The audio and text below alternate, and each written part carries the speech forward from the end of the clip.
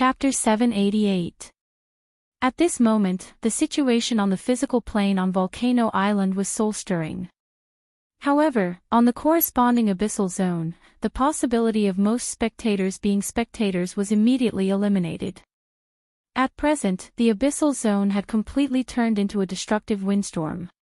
The collision of the transcendent level forces and the explosion of each force affected the magnificent power of the torrents in the abyss zone. Impact and recoil, control and loss of control. Under the high-speed confrontation on the mental plane, under the pressure of a powerful opponent, even extraordinaires could not take care of every detail. As a result, the level of chaos continued to increase. The accumulated violent power swept from top to bottom, sweeping through every level that people could reach with their thoughts. Even a veteran B-rank powerhouse like Rolf could not recover from the impact of the lightning spear. He was so shocked by the surrounding void that it was as fragile as thin paper that he found it hard to breathe. He was afraid that a moment of carelessness would cause the barrier to break and the abyssal zone's torrent to flood out, wiping out the entire security team. Rolf was already like this. As a participant in the battle, the pressure was even more astonishing. The high-level attack and defense of the abyssal zone needed to draw out a relatively clear vein in the deep chaos that continued to increase. With great control, the direction of the battle would not be greatly deviated.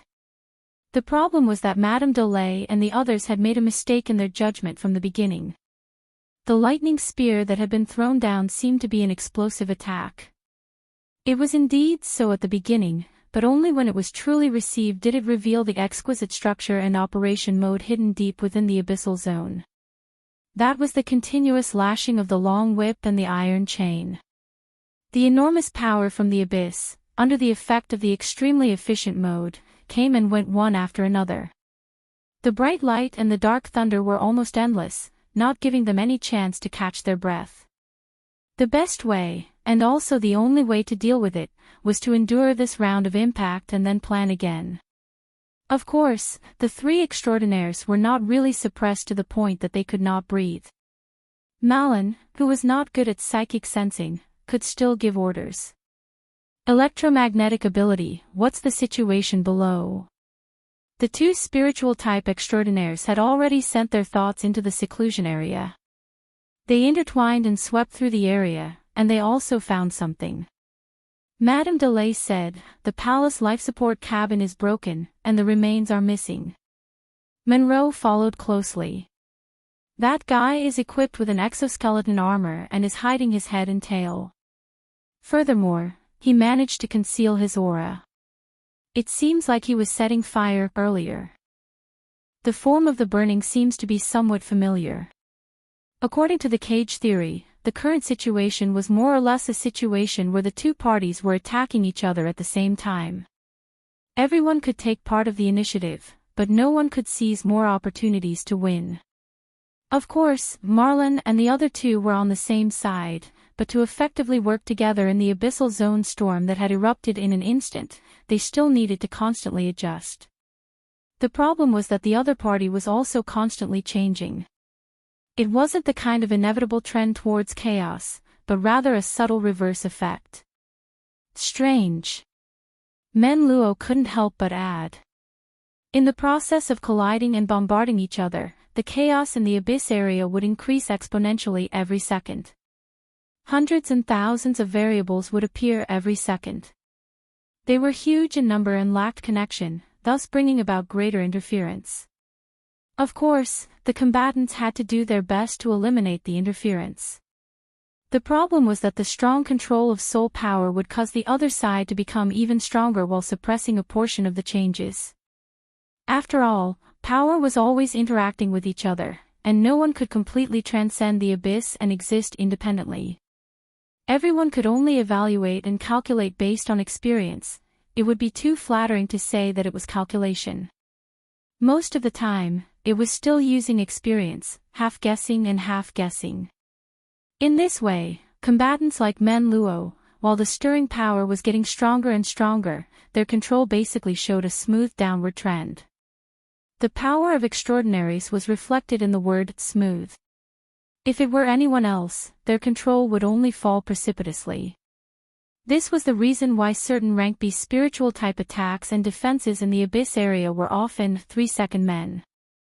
What made Men Luo feel strange was that the other party's operating efficiency in the Abyss area didn't decrease after every round of explosive increase in variables. Instead, it increased. At first, Men Luo, including Madame Delay and Marlin, thought that the other party was doing a vicious cycle of forceful reinforcement, so they waited for the other side to run out of power before counterattacking. But now, they finally realized that the other party wasn't increasing in power, but in efficiency. In the chaos of exponential growth, the efficiency of power integration was constantly increasing, and the rate of improvement was getting faster and faster. The extent of accumulation was also getting more and more obvious. *T. The consequence of a wrong judgment was that they had missed the other party's rhythm. In other words, they had completely lost the initiative. Counterattack. Marlin growled. In the attack and defense of the Abyss area, his physical side was relatively marginalized, but it was also easy to adjust. As a physical side, he had to be aware of it. He didn't hesitate to take damage and act as a sharp knife to counterattack, forcefully interrupting the other party's strange rhythm. Under the impetus of Marlin's powerful will, which was almost tangible, his physical body's blood energy was forcibly increased, and with a burning posture, he achieved the resonance of the body and soul structure, interfering with the spiritual plane. Based on the foundation of stable matter, the blood energy was like a flying mountain, forcibly suppressing the almost irreversible chaotic situation in the Abyss area. This kind of momentum couldn't last long, but it had the power to turn the situation around with a surprise attack. At least, that was what Madame Delay and Men Luo thought. They also used the momentum to counterattack. However, the other party retreated. That's right, they retreated. When Marin had forcefully interrupted them and Delay and Monroe were about to counterattack, the thunderbolts and lightning bolts had all retreated. Moreover, it separated from Marlin and the other two at the same time. At the same time. 3 extraordinaries, 3 different ability natures and rhythms. The difference in separation was simply measured in microseconds. It was precisely because of this precise uniformity that they didn't have the chance to stick together again. They left as soon as they said they would, and the Abyss area's reaction instantly turned to 0. This is impossible. Men Luo cried out involuntarily. He had always been known as a long-range firepower on the spiritual plane. He was powerful, but he was lacking in exquisiteness. The instantaneous difference he felt was also the most obvious. In the Abyss area's chaotic environment, this kind of observation and the corresponding exquisite microcontrol technique had already exceeded the limits of his common sense. How did he do it? Marlin was stunned for half a second. Compared to the opponent's microsecond level of error, using his units to calculate the magnitude, the difference was basically equivalent to the passage of a week. After a week, Marlin's face flushed red. He changed the direction of his heavy punch and bombarded the island below. The upper structure of Gong Chi's isolation room collapsed in one fell swoop. The situation was the same as in the Abyss area.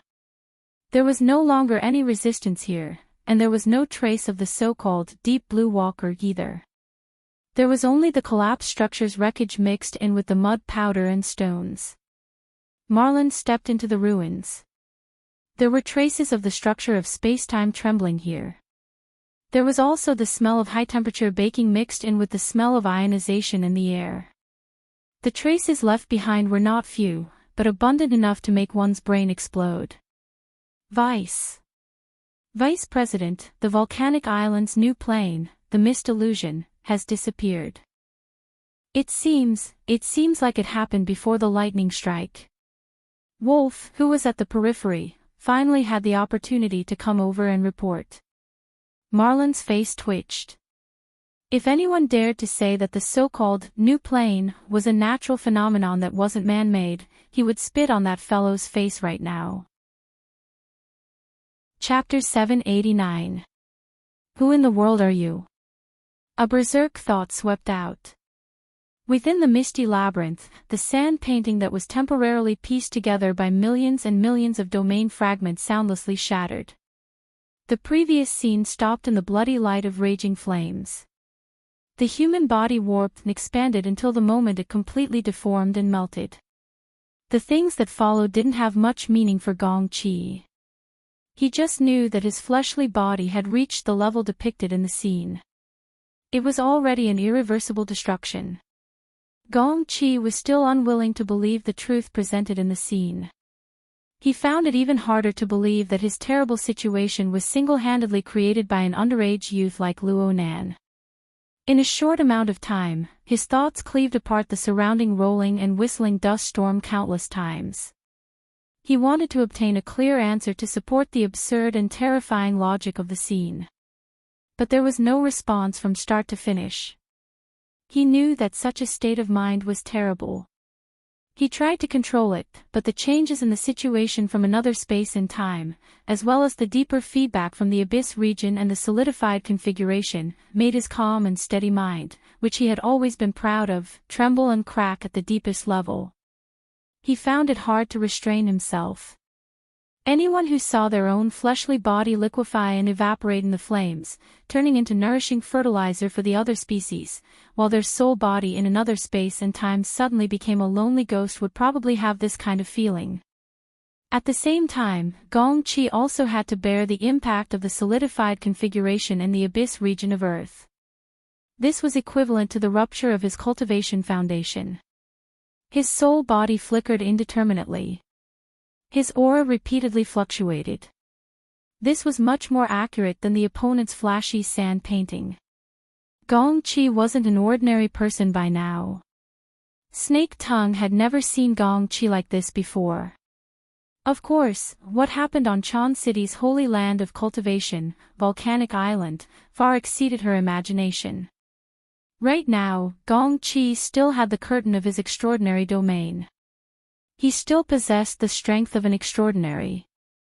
However, Snake Tongue felt that the extraordinary soul body in front of her was unprecedentedly ethereal.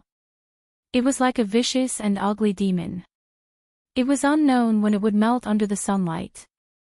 Snake Tongue's shock and fear towards Luo Nan, who had created all of this, was even greater than Gong Qi's. She was also affected by the previous events. She was wrapped in absurd delight. These complex emotions pieced together Luo Nan's image in her mind once more. But even she knew that there were far too many subjective things stuffed into it. Layers upon layers of distortion and rendering. He was like an evil demon god, invading her already limited thinking bandwidth. He doesn't possess the ability to kill me, and he's missed opportunities again and again. When I first fell into the domain fragment trap, when my fleshly body was destroyed. That's right. If I miss an opportunity, I'll be punished. My opportunity has come. Snake Tongue asked, what opportunity? Gong Qi let out a low chuckle. He didn't answer. The extraordinary domain curtain that rose up around his body clearly contracted and rolled back. Then he escaped. Snake Tongue was truly stunned.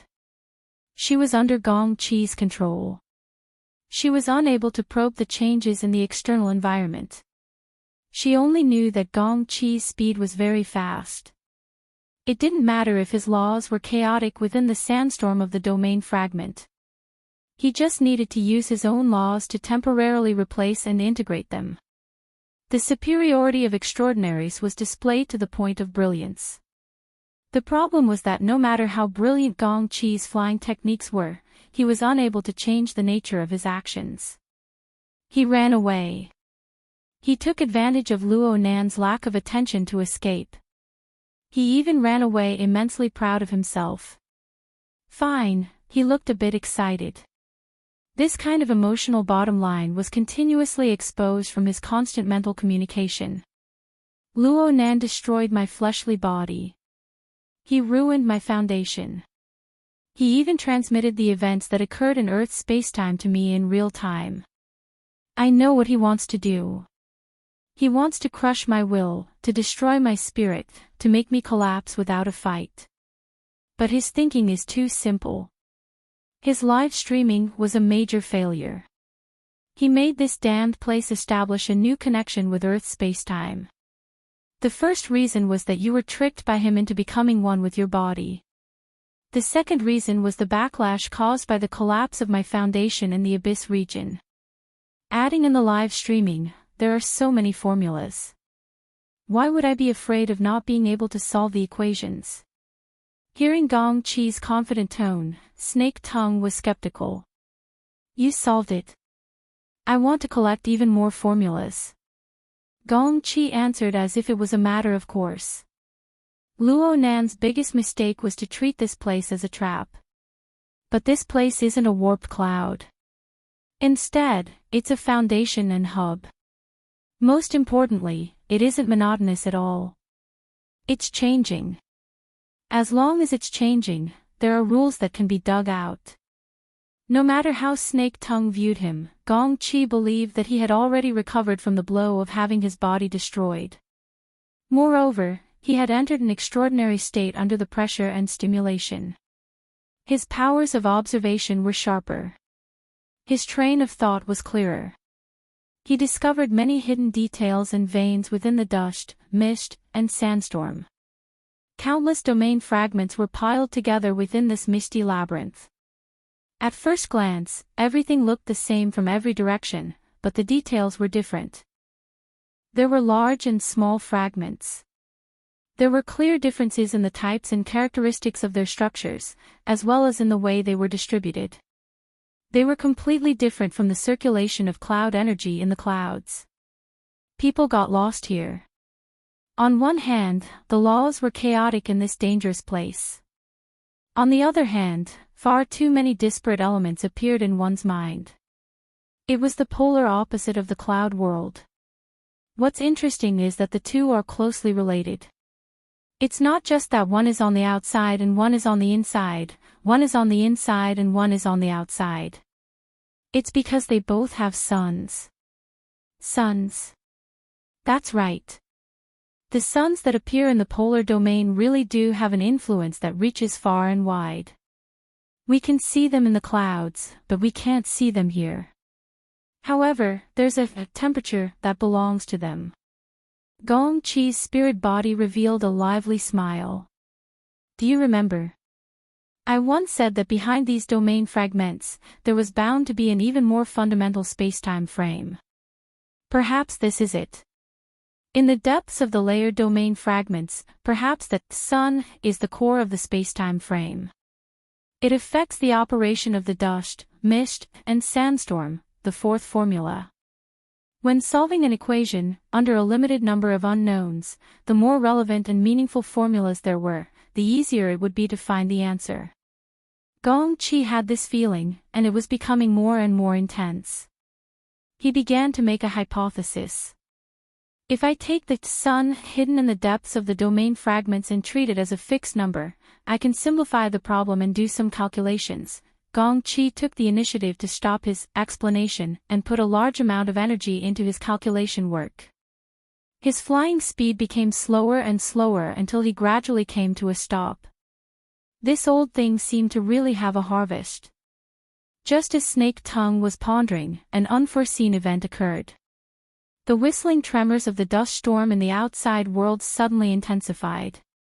It was also in this instant that the previously turbulent environment, which could barely be considered safe, was stripped clean. The veil of silence was pulled away. If time was rewound 2 hours ago, perhaps Snake Tongue would be looking forward to this result even in her dreams. But now, after a series of unforeseen events, Snake Tongue's extremely weak spirit body core had already lost the ability to exist independently. As soon as it was exposed to the impact of the dust storm, it showed signs of disintegration. A tenth of a second later, Gong Chi used his aura to wrap around her, temporarily saving her life. However, this action was brimming with ominous intentions. She only heard Gong Chi say, "I've already unraveled your formula. Your value, yes, I can still make use of it one last time." Snake Tongue didn't have time to react. She didn't have the opportunity to curse or express her hatred. Gong Chi flicked his finger, and the spirit body core wrapped in his aura was forcefully thrown into the dust storm. It quickly went far away. Chapter 790. Her final value was embodied here. Snake Tongue felt that it was absurd, but she also felt calm, as if she had finally reached her destination. Things had developed to this point, far exceeding the upper limit of her usefulness. Her repeated struggles had only resulted in this. Just like that, she was wrapped in a sandstorm of dust. It was as if she was in the turbulent flow of fate. She drifted with the waves until she reached the top. But in reality, her fate had been controlled by someone else from beginning to end. The temporary protective cover set up by Gong Chi determined the length of the final part of her life. The protective cover was firm. Even under the assault of the chaotic domain fragments of the laws, it was only slowly worn away. It was to buy as much time as possible for Gong Chi to escape. At the same time, it was sensitive. It was closely linked to Snake Tongue's soul structure. When the protective cover shattered, Snake Tongue would inevitably be destroyed along with it. Gong Chi was certain that there was an unknown connection between Snake Tongue and Luo Nan. Therefore, he used Snake Tongue to mislead Luo Nan's tracking direction. Of course, Luo Nan might not fall for it, but as long as he hesitated for a moment, a bit more time would be good. Snake Tongue saw through Gong Chi's scheme, but it didn't matter. She just waited quietly like this. The legendary memories and repentance before her death never appeared. She had long since weakened to the point where she couldn't even bear her memories. Her thoughts and emotions flowed without limit. Even Snake Tongue herself didn't know what her thoughts and state of mind would be in the next moment. She believed that her candle-like life was about to disappear without a trace in this state. But at this time, Luo Nan's face inexplicably appeared in the lake of her heart. The relief sculpture of a human face pieced together by domain fragments, under the influence of her chaotic thoughts and emotions, transformed into a demonic god burning amidst the boundless space and time. The demonic god possessed a malevolent and sinister body, a lustrous and dazzling color. But in the end, all the elements settled in the pair of deep eyes that had never changed from beginning to end. They slowly became clear. Snake Tongue didn't know why she would allow this face to completely occupy her mind in the final moments of her life. Perhaps she had even unwittingly given away this little bit of autonomy. Snake Tongue gave up on everything. She allowed time to wrap around her as she indifferently advanced. She followed the most fundamental laws of the universe, gradually changing from order to disorder. The protective barrier began to disintegrate. The structure of the spirit body was also implicated, collapsing from the very foundation. Perhaps if time flowed a bit more, then the medium known as Snake Tongue would completely disintegrate from the material world and perish. But under these circumstances, Luo Nan, the demonic god that coiled and converged at the bottom of her heart, still existed. He existed steadily, not shifting from any change. Is it not a creation of my mind? Wouldn't it rot? It exists independently of me. Or could it be that at this moment, when I'm about to collapse and perish, there's still a corner of my consciousness that's supporting me? Luo Nan, no, that demonic god, has been paying attention to me from beginning to end. Has he used a portion of his power on my side? If that was the case, do I still have a chance? There was still a chance of survival. Snake Tongue's already stagnant train of thought seemed to have come alive. It was like a candle that had already burned out, a spark in the ashes of a fire, struggling to not be extinguished. It was because of the endless desire for life that was hidden deep in the embers and had never been completely eliminated. At this moment, Snake Tongue suddenly understood. In the end, she was unwilling. She still wanted to live. She wanted to live. She wasn't willing to give up even the slightest possibility, the slightest trace of hope. She was already unable to rely on her own strength to continue living. Then she would plead and beg. Even if it was lowly and ugly, it was fine as long as she lived. Therefore, her will that was on the verge of collapse burned in this way. Save me. My lord, I beg you to save me. I'm willing to give up everything. Everything. I'm willing to endure everything. Everything. I just ask to be entrusted in your shadow. I want to have a place to kneel and worship under your feet. I only have this humble request. I worship you as the ruler of life. I will listen to your judgment. Save me. Save me. The protective barrier silently collapsed, and the chaotic power of the sandstorm seeped in. The structure of her spirit body was like a sandcastle under the tide. It changed beyond recognition in an instant. Snake Tongue didn't have the strength to resist. Her consciousness suddenly dimmed. But in this instant of annihilation, the last clear thought that remained was, "Save me." This thought flickered, trembled, rose, and fell. It could be extinguished at any moment. But in the end, it still survived. Moreover, it really did connect with fuel. It recovered its brightness little by little. Snake Tongue woke up. Her soul fire supported her consciousness. Little by little, she recovered the fragments of her memories and pieced them together to form a vein of thought. Then, she discovered that she was currently attached to a thin thread that was hard to distinguish between real and fake. She was hanging alone in the nothingness. Soon, bright and scorching rays of light spilled down, drawing her in to look up. Above her was a dense interweaving, three-dimensional, and complex network. It was like a spider web, but it was hundreds of times more complicated. And at the core of the spider web was a blazing sun. It was so dazzling that it was hard to look directly at it. Even the red light that was spitting out from the edges covered the entire spider web structure. At this moment, the thin thread that was attached to Snake Tongue was hanging down from the spider web structure. It was directly connected to the spider web and pulled her closer and closer to the spider web. During this process, the sound of crashing could be heard without end. Some were extremely far away, coming from the upper core of the spider web structure. Some were extremely close, belonging to the thin thread that pulled her in. This thin thread was an exquisite and tough chain. It directly penetrated her mind, firmly locking her down without leaving any leeway. As a curse master of orthodox origins in the shrine, Snake Tongue quickly understood. Her mind was submerged in an extremely symbolic space of consciousness.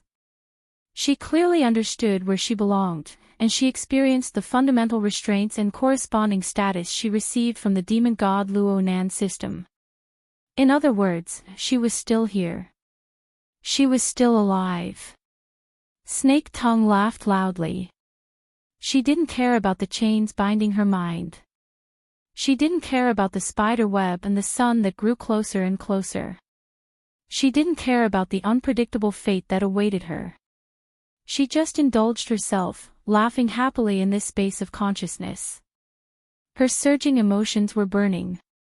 But right now, she had the qualifications. She had the capital. She could wantonly waste and vent her emotions unless the demon god that controlled her life ordered her to stop. Luonan didn't stop her, and Snake Tongue was finally done laughing. She got closer and closer to the sun web. The closer she got, the more complex and precise the structure of the spider web she could see. The number of connected nodes increased. She had felt lonely before because she was in the outermost region. She was far from the center. In fact, there was another chain hanging down from the spider web in this outermost region aside from the thread she was at. It just so happened to intersect with her thread and cast into the depths of the void. It was unknown where or who it was connected to. Chapter 791. Gong Chi moved at high speed amidst the dust and sandstorm. He didn't stop to rest for over 10 hours. He needed to use his extraordinary domain to integrate the chaotic and collapsing fragments of his domain. He needed to open up a path in the void where there was no path. He also needed to endure the destruction of his fleshly body and the damage to his foundation, which brought chaos and disturbance to his extraordinary domain. This undoubtedly increased his consumption, whether it was in terms of energy or mental strength. But Gong-chi gradually calmed down as time passed. Luonan had yet to catch up to him. Gong-chi had most likely thrown him off. Perhaps it was temporary, but he used this time to stabilize the negative effects of his fleshly body to the greatest degree. His combat strength had rebounded compared to the fiercest initial assault. He should be able to reach 60 to 70% of his peak. 60 to 70% of extraordinaries were still extraordinaries. Gong-chi was confident that he could deal with the vast majority of unforeseen events. Moreover, the Guardian on Volcano Island is enough to give Luonan and the power behind him a hard time. That old fox Abner should be able to mend the pen after the sheep is lost as long as he puts in a bit of effort. Gong-chi thought about many things in the span of over 10 hours.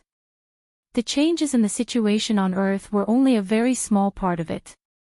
He spent most of his time and energy exploring and verifying the misty labyrinth environment. Moreover, he had more and more ideas. My initial judgment was correct, and there are no problems with the direction of my calculations. This shattered space has a close interference relationship with Earth's spacetime. The cloud world outside is very likely the product of this interference. Therefore, it possesses environmental conditions similar to Earth, but it is distorted and absurd. It seems boundless, but it is actually just a monotonous cycle of the structure of spacetime. Gong-chi also understood that there were still many unsolved mysteries within the cloud world. For example, the blood-colored monster apes that shuttled back and forth were already complete living bodies. Where they came from and where they belonged was completely unknown. But he wasn't a spacetime research expert. He wasn't a distortion scholar. He didn't rely on this to make a living. He just wanted to return to Earth's spacetime to deal with the chaotic situation. He only had this goal and nothing more. Once he caught his breath, he would uproot Luonan and the power behind him. He would even uproot the Xia City branch. Moreover, he would use the most vicious methods on Luonan's body. He would use them on all of Luonan's friends and family. He would let that little bastard truly experience what despair and regret were. Gong-chi showed signs of letting go of his thoughts and emotions. He suppressed them with great difficulty and comforted himself. Soon. The 4 clues and 4 formulas that he had found in succession were enough to express the interference relationship between the two spacetime on different levels. It was from these 4 formulas that he deduced that he discovered more clues and made a series of basic judgments. The structure of the interference between the two spaces was rather complicated. There could be 2 or 3 core interference zones, and they could change at any time. In other words, the two spaces were in a state of activity relative to each other. Sometimes they were more closely connected, and sometimes they were separated. The easiest way to return to Earth was, of course, to find the core interference zone and destroy the relatively fragile barrier there. But it was not absolute. As long as he could control the basic structure of the interference, it was fine to be a little more on the periphery. It wasn't easy to identify 2 or 3 core interference zones. The 2 spacetime interference points were definitely not in a one-to-one correspondence. The slightest difference could make a huge difference. Comparatively speaking, the misty labyrinth was easier to deal with. After all, it was more intuitive, and he could observe how the domain fragments worked together. He would be able to find some clues. On the other hand, the spacetime of Earth was separated by a layer. There was no way to sense it. It was impossible to rely purely on calculations. Gong-chi's train of thought was quite open. He used some information outside of technology to make up for it. His train of thought was like this: did Luonan, a teenager, really have the ability to blaze a different path? The possibility of him inheriting the legacy of his elders was greater. He had studied Luo Nan's information before. Although it was relatively superficial, he still knew about Luo Nan's grandfather and father's research back in the wilderness. The information displayed the direction of their research and the main areas of activity. There was no need to talk about Xia City. There were also a few plateaus in the border region of the Eurasian Plate and the Indian Ocean Plate. The area around Spring City was the longest. Gong Qi first placed Xia City's priority on the back burner. He still did not know what role Ouyang Qin and Wu Jiong played in this matter. Even though he was certain that Luo Nan was a protective puppy who did not report the matter of the Cloud World to the Xia City branch, he did not dare to gamble. After all, the resources that Luo Nan displayed far exceeded the upper limit that a young man should have. What if? What if the Xia City branch really did participate? They would simply be surrounded and killed if they returned from there. Comparatively speaking, Spring City was the best entry point. If this interference zone truly existed. No, it certainly existed. Gong Qi had already circled back and forth in a designated suspicious area for 4 or 5 hours. The more he circled, the more excited he became. He felt that he was already very close. This was not an illusory feeling. This was real evidence. He raised his hand, and the bead of light wrapped in his aura floated up. It was similar to how he took care of Snake Tongue, but this time he was even more careful. There was a fragment within the bead of light. It was not something as high and mighty as a domain fragment. Instead, it had something similar to an insect's appendage. Fine, it was not similar. It was an insect's appendage. This was his greatest harvest after coming to this area. 5 hours ago, when Gong Qi discovered this toy, it was much more complete than it was now. At the very least, he could see what its true form looked like. Gong Qi was confident that he would be the first to capture this little toy as soon as it floated past his sensing range. He would absolutely not miss it. Hiss! The radiance of his spiritual body suddenly rippled. It seemed to resonate with the fine spatial ripples at the edge of his sensing range. Gong Qi quickly suppressed the throbbing in his heart. He stared closely at that area and silently covered it up. The operation of the dust storm in that area was slightly affected.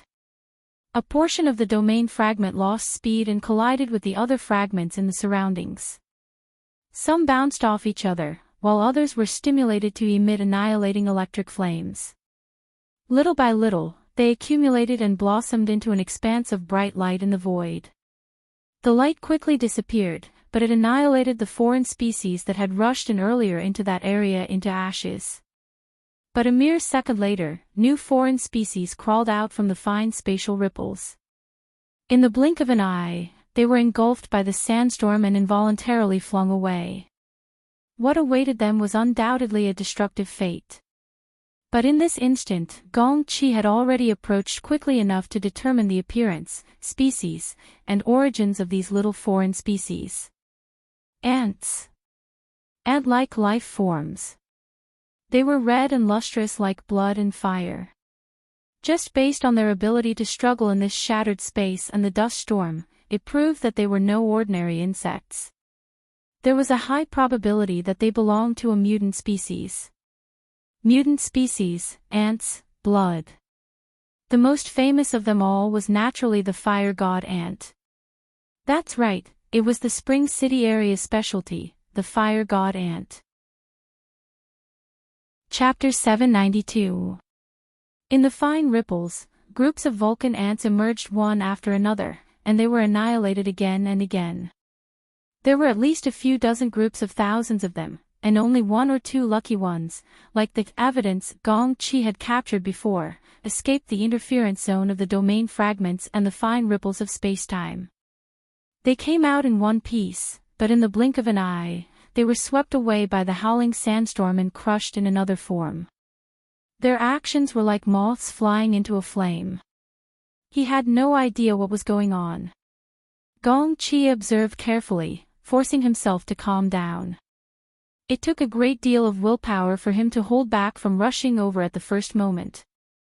But his mind kept turning. If even ants can pass through the interference point, there's no reason I can't pass through it. Alright, I need to calm down. Maybe it's just a tiny point. I need to widen it. What's on the other end of the interference point? He needed to investigate further. Actually, he could guess it. It was most likely a magma space. In recent years, research on volcan ants had been a very popular field.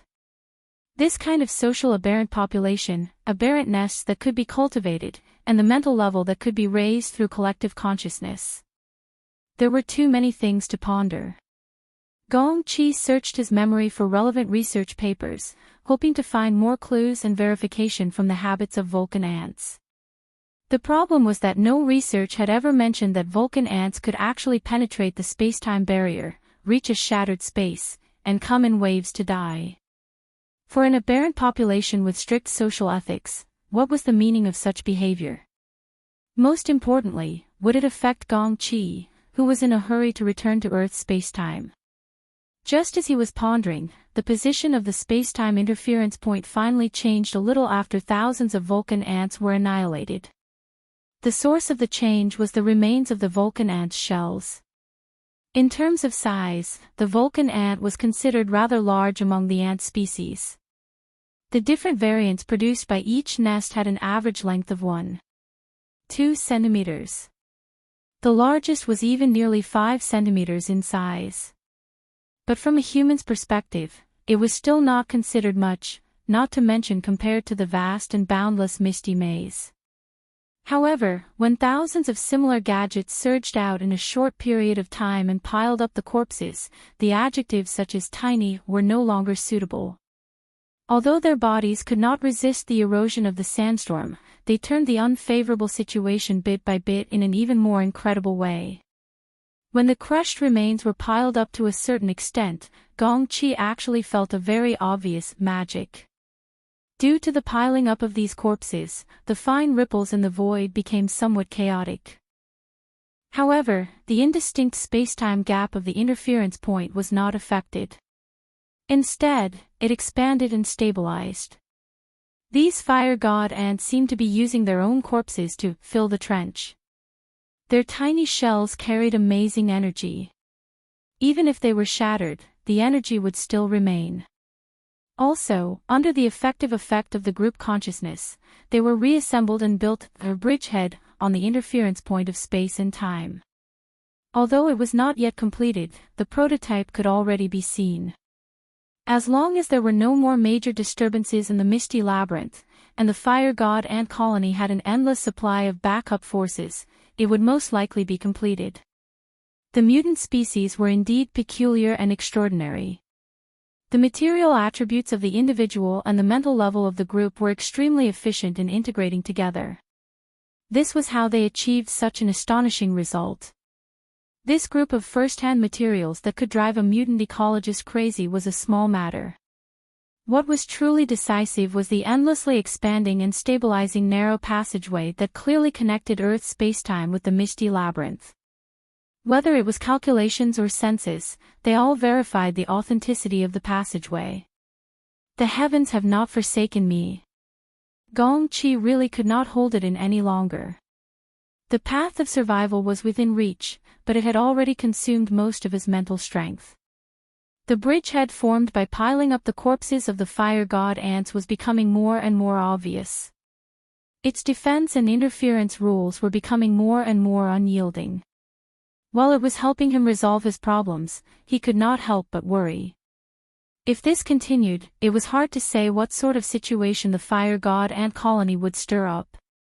In the off chance it affected the space-time structure of the interference point, it would result in the consequence of making a mistake of 1,000 miles. He could only ram his head into a wall. The fire god ant's strange and illogical behavior and the natural space of lava on the other side were completely unrelated to humans no matter how he looked at it. It had nothing to do with Luo Nan, who he feared the most. All he needed to do now was to return to Earth's spacetime and bypass the threats of Ouyang Qin and Wu Jiong. The sky was high and the sea was wide. Nothing could stop him. Go go go. When Gong Qi's mind was set, the yarn of silence displayed its miraculous effect. Gong Qi's spiritual body truly seemed to become a thin mist of nothingness under the wrapping of this strange item. His powerful extraordinary level power was hidden in formlessness. He was able to go against the flow of the narrow passageway constructed by the fire god ants. He intersected with the fire god ant colony that surged out, and he also made close contact with their group consciousness. He brushed past them. He was truly close to the fire god ant colony, and his senses were even more exquisite. This group of little things, whether they were alive or dead, did indeed have their own rules. The mental power formed by the group consciousness was both a commander and a glue. It dominated the entirety of the colony and each individual from life to death. If he were to substitute himself as an individual in this society, then it would truly be so tight that it would suffocate him. But if he were to observe it from a detached perspective, there was no lack of errors and omissions formed by low-level instincts. And this was the most natural state. It was precisely because of this that Gong Qi eliminated the risk and came over with peace of mind. However, he also carefully avoided disturbing them, afraid that something unexpected would happen. The spacetime rift was a highly distorted structure. It was very difficult to quantify it with something like length. Gong Qi had to conform to the rules and regulations of the fire god ants, which took a lot of time. But when he truly moved out, he still deeply felt that all the hard work was worth it. The chaotic misty maze and the monotonous cloud world were completely left behind. What replaced them were more diverse and orderly structures and colors. In the hollow underground cavern, dark red lava gurgled, illuminating the surrounding cavern walls. It also illuminated the huge ant nest that was half-trapped inside. Dark black and dark red were the main colors, mixed with the bluish-gray pieces of the rock. The state of interweaving light and shadow was filled with natural liveliness and charm. I'm back, I'm back. Gong Qi burst into laughter. His laughter surged in the underground lava area, stirring up waves. At this time, he was no longer afraid of anything. Even if there was a mutated nest next to him, it did not matter. Perhaps it was because of Gong Qi's impudence that in the fire god ant nest a dozen meters away, the billions of fire god ants that were working hard became restless. These movements and reactions were quickly reflected in their group consciousness. Restlessness and hostility were like sparks and oil colliding, igniting at the slightest touch. Hee, these little things. Gong Qi did not mind being like many research teams at all, coming to the center and bringing out the queen of the fire god ant colony as a captive to conduct in-depth research. From their behavior just now, they really had a lot of research value. But in the next second, his gaze turned to the fire god ant nest. He suddenly felt that something was wrong. Why did the style of this nest look so familiar? Also, the group consciousness of the fire god ants that had already ignited did not rush up to kill like the low-level creatures. Instead, it was accumulating and circulating the heat. In a breath's time, its influence and interference pattern had already exceeded the range of Gong Qi's judgment. It spread rapidly to a wider area, almost like a prairie fire. Boom! Boom boom! The lava beneath him stirred. Sparks from the group consciousness of the fire god ant splashed. The already burning fluid seemed to have peeled off a layer of old skin. The dark red layer of light on the surface, under the effect of the explosively rising heat, split into pieces. What replaced it was an even brighter and more dazzling yellow-white light. The entire underground cavern was illuminated as bright as day by the sudden burst of light. It was so bright that Gong Qi's spirit body was penetrated by the light and became a lot fainter. Gong Qi looked at all of this in a daze. He watched as the temperature of the lava rose abnormally. Very quickly, it exceeded the normal upper limit of the natural world. From 800 to 900 degrees, it shot up to 3,000 to 4,000 degrees. And the huge pressure that created all of this sank from the mental plane to the physical plane. Very quickly, it surged back up, forming a wonderful two-way cycle. And pressure and temperature, mental and physical, were perfectly unified, forming a stable and solid closed loop.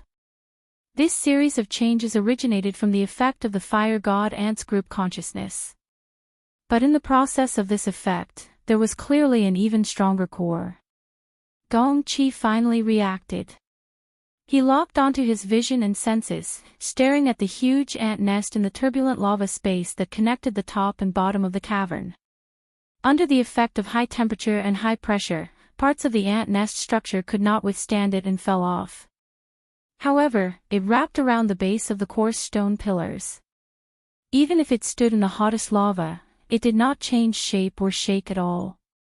Furthermore, it was absorbing the high-temperature fluid that was close to being in a gaseous and liquid state, causing it to flow through the structure of the ant nest.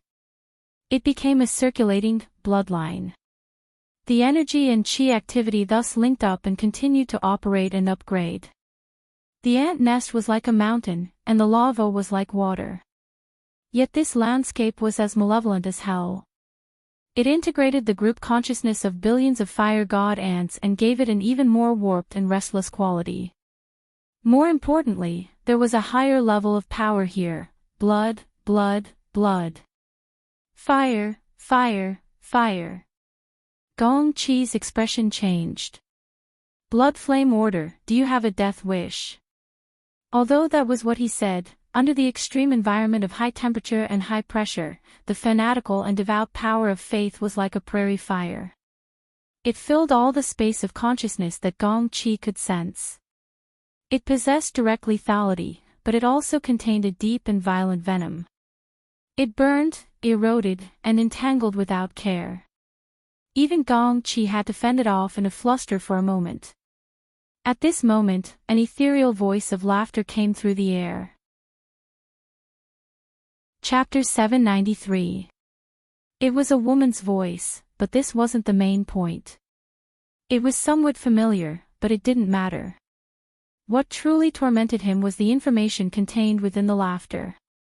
Especially when the words of Mr. Luo came out.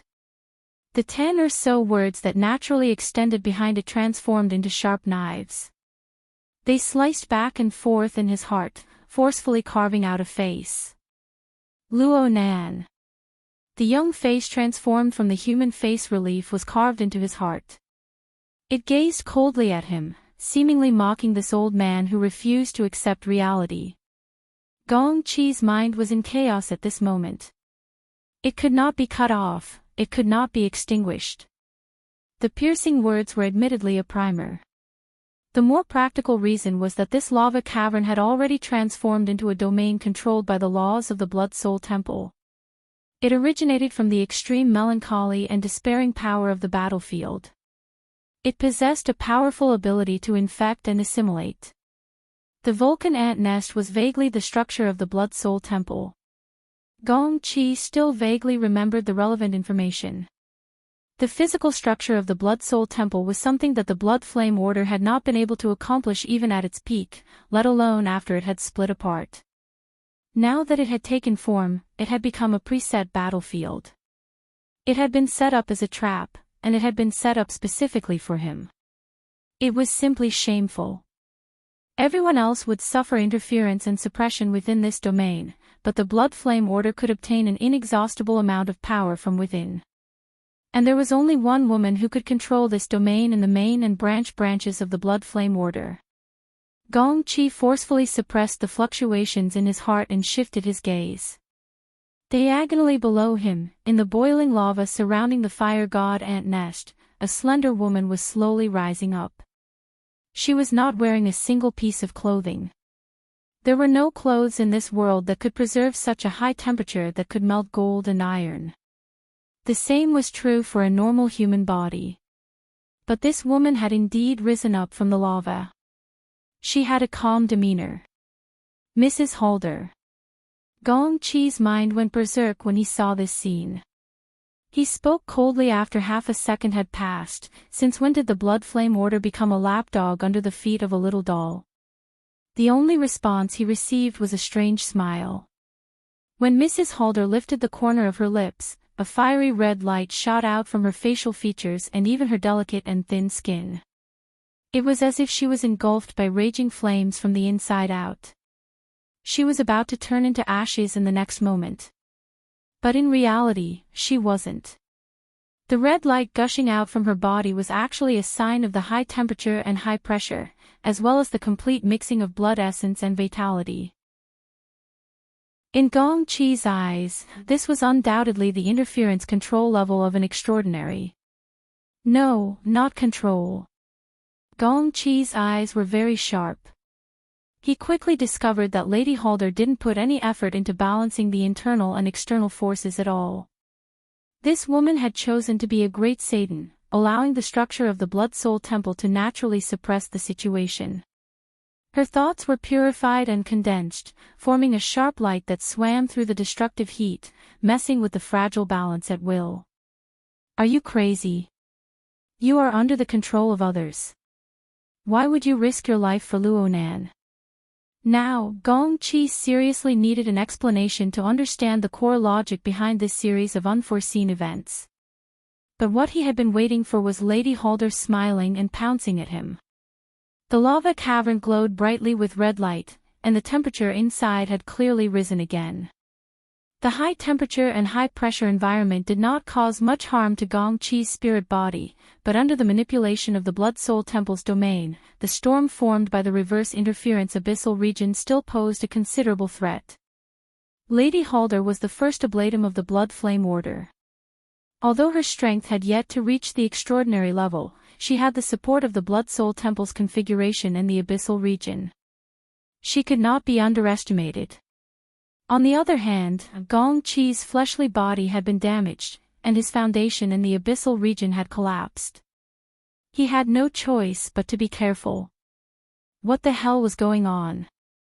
Gong Qi was guarding against the storm stirred up by the abyssal region, but what Lady Halder was pointing at was merely her mental strength. This mental strength, which was hard to distinguish between real and fake, had clearly gone through inconceivable tempering. It had condensed into an unparalleled edge, and it chopped down without regard for anything. Hiss. Gong Qi's defensive mode and offensive direction were completely different. Gong Qi's spirit body was nearly pierced through by the sharp edge. Even though he dodged quickly, the structure of his spirit body seemed to have been scorched by raging flames. There were faint signs of warping and floating. This was the heart incineration blade.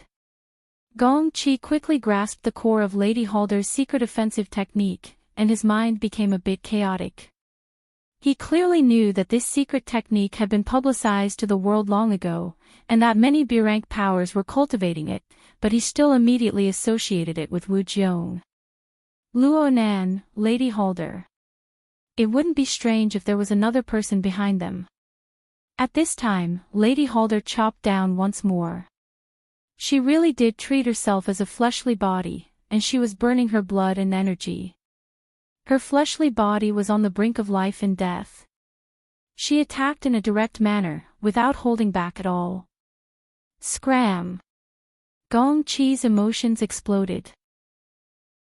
The green-gray essence energy that was intertwined with his life and energy swept down from the outer layer of his spirit body. It connected with Lady Halder's mental strength. This attack truly held nothing back. It was like 10,000 years of frigid ice in the polar regions. It forcefully froze the heart incineration blade and seized the opportunity to pierce through. It wanted to break Lady Halder's fragile balance and end the battle quickly. The red light was a bit chaotic, and the green-gray energy charged back, polluting the originally transparent domain of the Blood Soul Temple. It even seeped into Lady Halder's body. Lady Halder's body froze, and the old scar on her cheek seemed to tear open once more. The flames were like vipers as they slithered across her cheek. It was like a second flame had been lit. After a brief moment of chaos, the penetrating red light erupted once more. It forcefully expelled the corrosive power of Gong Chi's essence energy, and it charged forth once more. The green-gray essence energy and the sharp edge instantly intersected and separated. In the blink of an eye, they coiled around each other and collided. In the time it took for an ordinary person to take a breath, the two had exchanged over 30 blows. Later on, the high-frequency vibrations formed by the collision nearly tore apart the domain of the Blood-Soul Temple structure. A small portion of the lava cavern had already collapsed, and this was only the result of the attack on the mental plane interfering with the material plane. Suddenly, there was a long hiss. Lady Halder's body was struck solid by the enormous force. Her entire body was like a fiery meteor as she smashed heavily into the high-temperature lava. She was less than half a meter away from the physical structure of the Blood-Soul Temple. The fiery glow of the lava instantly engulfed over half of this structure, and quite a few fragments were smashed down. However, the main body remained majestic and unmoving. What a pity! Gong Chi cried to himself. The most direct method was to break the domain of the Blood-Soul Temple and destroy its foundation on the material plane. However, Lady Halder was quite strange. She was still able to forcefully control herself even in such a passive situation. Her momentum was thwarted, but she did not fall into chaos. Of course, even if she had the support of the Blood-Soul Temple's domain, she would certainly pay a price for clashing with an extraordinary at the level of an architect. Gong Chi could see that Lady Halder's body had truly ignited with flames. The flesh of her chest, abdomen, and limbs were charred black, and the outline of her body had shrunk in an extremely bizarre manner. Burning essence energy and burning flesh. How ruthless! Gong Chi felt his heart burn as he watched Lady Halder's aura rise and fall. The one before him was Lady Halder, but he was thinking about something else in his heart. Just what version of the bewitching curse did Luo Nan use to make the head of a religion risk her life to fight? If things were to continue like this, then even if he broke through the domain of the Blood-Soul Temple, his losses would far exceed his estimations. Chapter 794. Gong Chi had a certain realization. He was within the domain of the Blood-Soul Temple. The operation of the opponent's power and the corresponding rules had already formed a closed loop. He was fighting in the domain of an enemy extraordinary. This was a strategic defeat. The basic starting conditions were already very difficult to change or reverse. Under these circumstances, while enduring the corresponding pressure, he had to plan a corresponding counterattack. He had to start from the tactical details and do his best to seize back the initiative. Taking the initiative was not the same as charging in and attacking. On the contrary, Gong Chi's attitude was more conservative. The greatest benefit of a conservative attitude was that he could maintain a cool head, restrain his consumption, and do his best to precisely allocate resources in order to deal with the possible changes in the future. In theory, this should be the case. However, Gong Chi felt that this wasn't the case after a round of confrontation. On the contrary, the consumption was clearly lower than what he had predicted. The greatest possibility was that the high temperature and high pressure of the domain of the Blood-Soul Temple and the corresponding law environment could form an even stronger suppression on him, creating an even greater consumption. Moreover, this was the case. Gong Chi didn't take advantage of the situation to pursue and attack. He stared at Lady Halder, observing the changes in her state. The strength of the opponent's blood and energy was declining, but her internal cohesion and sharpness didn't decrease. Oh, her blood and energy were replenished from the domain of the Blood-Soul Temple. Was she planning on fighting a protracted battle? No, that wasn't right. This woman's motives weren't simple at all on the mental level. Gong Chi spoke half mockingly and half probingly. The body and mind are like blades, the domain is like a furnace, and I'm here to stir up the wind and hammer. Not a bad idea. You want me to coordinate with you? It's not up to you. Gong Chi was stupefied again. He didn't know what kind of attitude he should take. Lady Halder was smiling at this time. She completely disregarded her own burning flesh and her damaged state. She pounced forward once more. She didn't control the domain of the Blood Soul Temple and instead engaged in a killing style. This sort of unsettled ambition. Did she look down on the first oblatum of her order? It was truly absurd to the point where one couldn't laugh. Gong Qi didn't care about the future of the Blood Flame Order, but why did he have to encounter such an expert who didn't care about fame and position, who didn't even care about life? For a time, Gong Qi was a bit annoyed from being pestered, but his train of thought was still clear.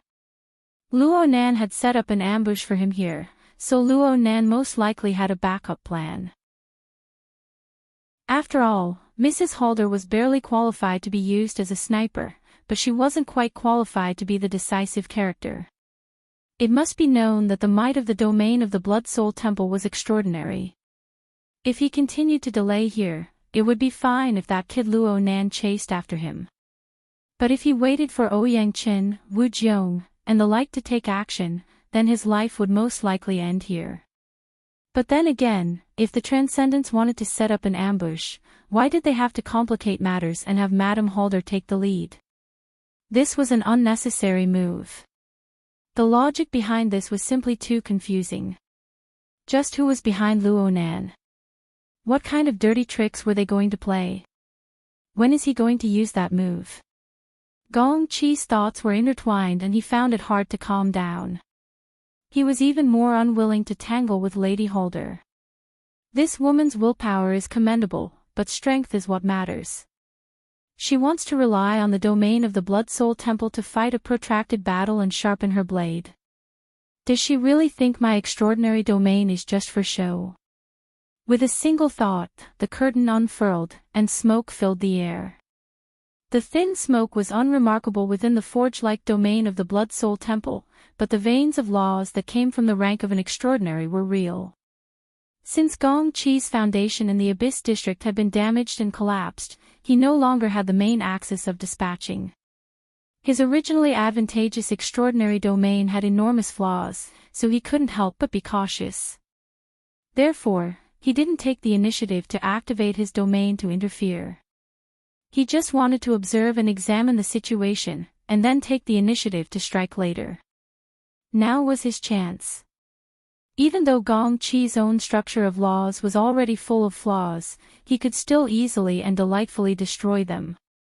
Within the domain of the Blood Soul Temple, the battle circle surrounding the two was inexplicably cool. Visually, the smoke curtain was faintly discernible, but its existence truly disrupted the transmission of energy.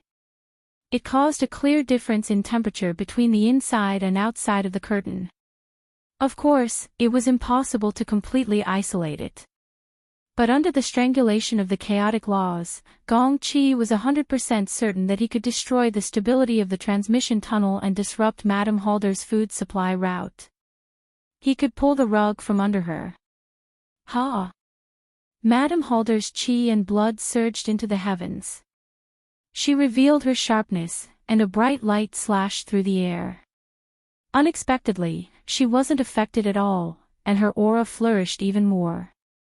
When it was Gong Qi's turn, his mind was in a daze. The heart-burning blade really did slash at him on the mental plane. A portion of his spiritual body structure burned and evaporated. Even if he didn't lose his foundation, he was still injured. One slash, Madame Halder muttered softly. Just by looking at her smile, there was no malevolence in battle. Instead, it was like she was playing cards with her best friend during afternoon tea. Very good. Gong Qi couldn't care less about this small injury. He activated his extraordinary domain, the curtain, and retracted it. There was even a greenish-gray stream of energy circulating within it. It almost formed a dark cloud in the lava cavern, forcefully distorting the structure of the Blood Soul Temple's domain. He no longer held back in his methods. It was completely a battle between extraordinaries. Their domains would collide and suppress each other. Originally, he wanted to conserve his strength to deal with an unknown enemy, but the omen on Madame Halder's side wasn't good. It was rising. Gong Qi's heart twitched once more. No matter how miraculous the structure of the Blood-Soul Temple's domain was, the interference and distortion of the two domains should have long since messed up the energy transmission tunnel. However, Madame Halder was clearly burning and consuming a large amount of qi and blood at every moment. Yet, her recovery process was uninterrupted, undisturbed, and undiminished. Although she didn't recover all at once, the steady rhythm of the night rain rising without him realizing it formed a strong contrast with Gong Qi's unrestrained methods and his unstoppable consumption of qi and blood. There was something fishy going on. Gong Qi stared at Madame Halder and sensed his own body.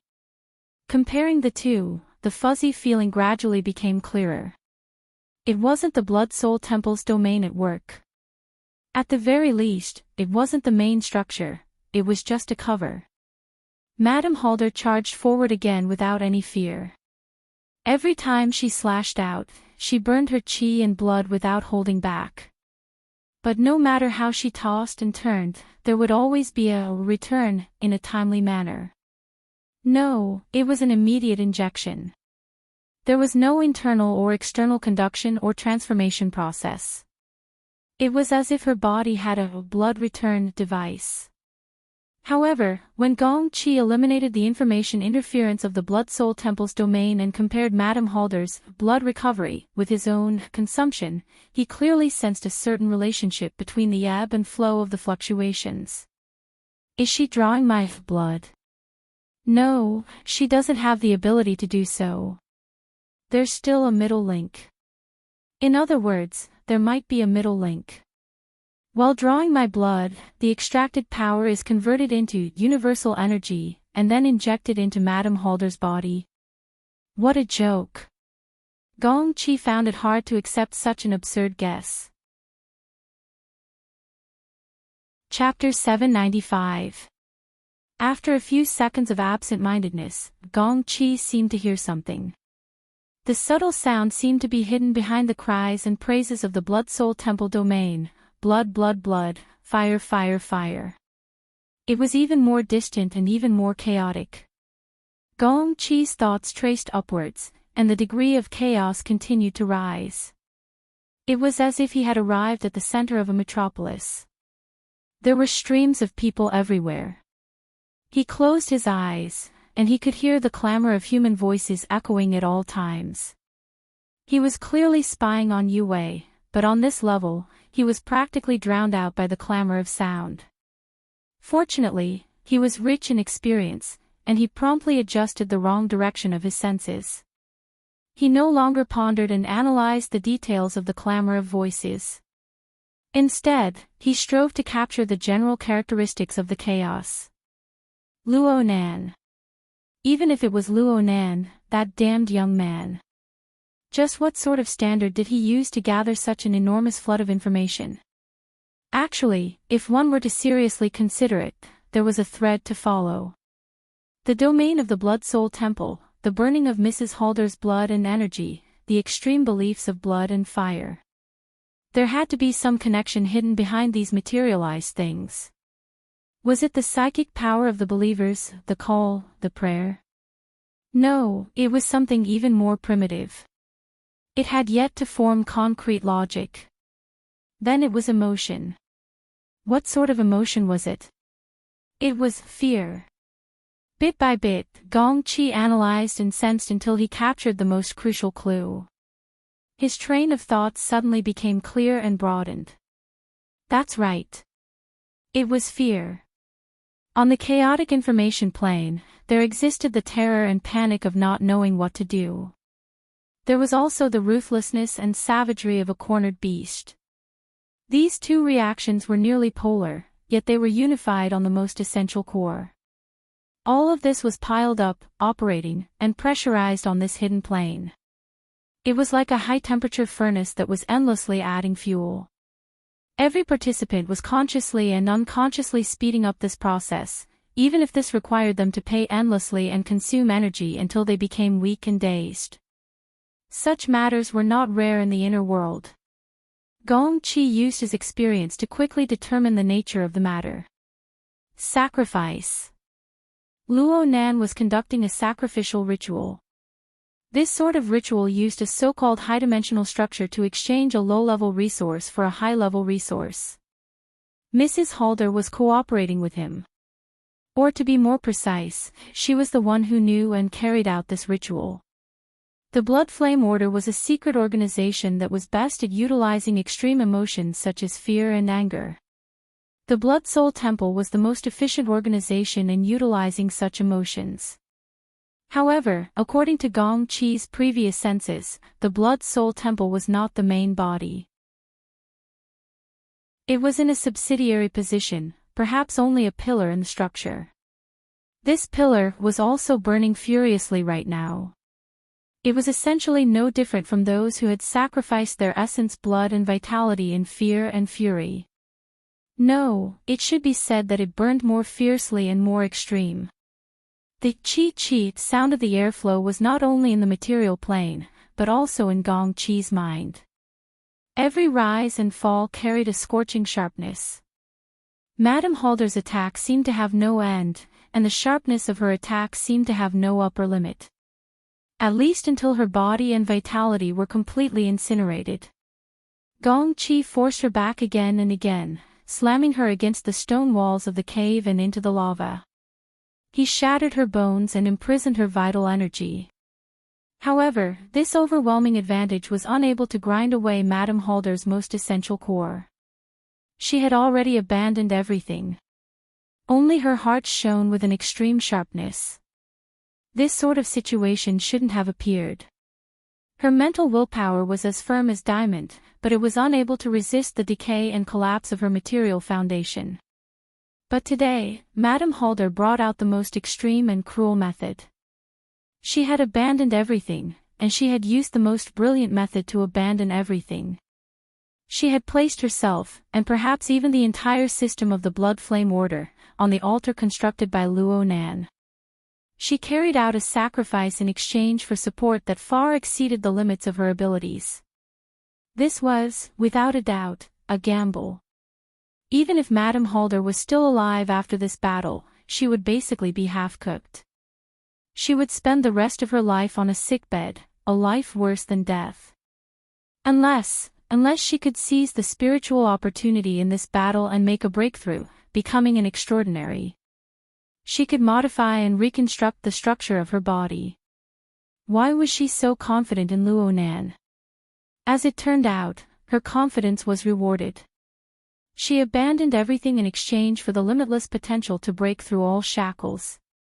Compared to the force of impact on the material plane, Madame Halder's will was tempered to a peerless sharpness. Every time they clashed, even if her attacks were blasted into disarray, Gong Chi would suffer the cuts of her sharp will. Distracting thoughts rose one after another, and it became harder and harder for his mind to harmonize. Of course, this wasn't just the effect of Madame Halder's attacks. Gong Chi really didn't understand. It was fine if Madame Halder was willing to sacrifice herself, but why was he unwittingly falling into the trap as well? Was it because of the pull of the battle's energy, the mutual attacks? No. As an extraordinary, the energy around Gong Chi's body was a body of its own. It possessed its own rules. He was the only one who assimilated others. He shouldn't be easily drawn into another system. At least, this was the case on the level of energy manipulation. But if he eliminated all of this, he would think deeper and more primitive. Using fear as the foundation for the standard of sacrifice meant that he himself fulfilled the requirements. Was he, in fear? Gong Chi instinctively wanted to cut off this thought, but the illusory yet real connection of energy within the domain of the Blood Soul Temple and the corresponding rational analysis told him there was no point in deceiving himself. That's right. He was afraid. In the misty labyrinth, he was afraid of Luo Nan's series of plans and the gradual realization of Luo Nan's firm execution ability. In the domain of the Blood Soul Temple, he was afraid of Madame Halder's extreme willpower to abandon everything. Even if this woman's goal wasn't pure, through the method of sacrifice, she formed a perfect fusion with Luo Nan's goal. Observing the enemy was like looking into a mirror. When the enemy's design was flawless, the flaws on his side were reflected particularly clearly. No matter how much Gong Qi denied it, he was afraid in the end. He was afraid of defeat. He was afraid of death. He was afraid of cutting off his path forward. Yet all of this was concealed under the shameful mentality of being thwarted by a junior. He consoled himself and deceived himself. There was a flaw in his heart, but he was unaware of it. This gave the other side an opportunity to take advantage of him. I have to be steady, Gong Qi shouted to himself. The light of spiritual wisdom illuminated the unbearable corner of his heart. He felt terrible, but he was far from being in a hopeless situation. Thinking about it seriously, Luo Nan tossed and turned so much, one step after another. Wasn't it all for the sake of creating a flaw in Gong Qi's heart and baiting him? But Gong Qi was an extraordinary. What was it that gave Luo Nan the confidence to construct a framework to trap extraordinaries? What level of knowledge and power was that? From top to bottom, there were nearly 100 extraordinaries in the inner world. They represented the highest level of martial power on earth. Gong Qi had been Deputy Secretary General for several decades. He had gratitude and grudges, hatred and friendship with these people. He was truly able to count them like the back of his hand. Right now, he used the most rational and objective state of mind to go through the list of these people and the powers they belonged to. From the Ability User Society to the 3 Great Secret Orders. From the big shots who sat on the ground and divided the spoils, to the wandering heroes. Then, the answer he obtained was none. Not a single powerful person or power that had connections to Luo Nan, who had grudges with him, who had the strength and qualifications to set up a killing trap. This was normal. Otherwise, extraordinaries wouldn't be the peak combat power of the world. Gong Qi had toiled painstakingly for several decades in the Ability User Society. There was no meaning in that. So, calm down. Don't scare yourself. Gong Qi shouted to himself once more. Even though Luo Nan had constructed these structures, he really couldn't understand them. The complex and profound details hidden deep beneath the simple principles of sacrifice were still daunting to look at. But if Luo Nan really did have an overwhelming advantage, why would he need to do such complex preparatory work? This was more like a dazzling display of deterrence. It was an exquisite but limited method. He had experience in dealing with such methods. You don't have the chance. Suddenly, a voice cut in. After a long time, Mrs. Halder finally took the initiative to speak to him. Her throat was roasted by the high temperature. It was hoarse and unpleasant to listen to, but it was like the final verdict. It was very ear-piercing. You are the first Ablatum, yet you destroy the order for your own selfish desires. You evil woman, you dare to disturb my mind. Gong Qi's reply went straight to the root of the problem after reconstructing his mental state. It was much sharper. And the corresponding method was even more straightforward and fierce. The ashen cloud suddenly boiled and expanded as it faced Mrs. Halder's flying bloody light. It towered high like a cliff, and its color darkened. It was like a cumulonimbus cloud in summer. It was bloated and enormous, and its top crystallized.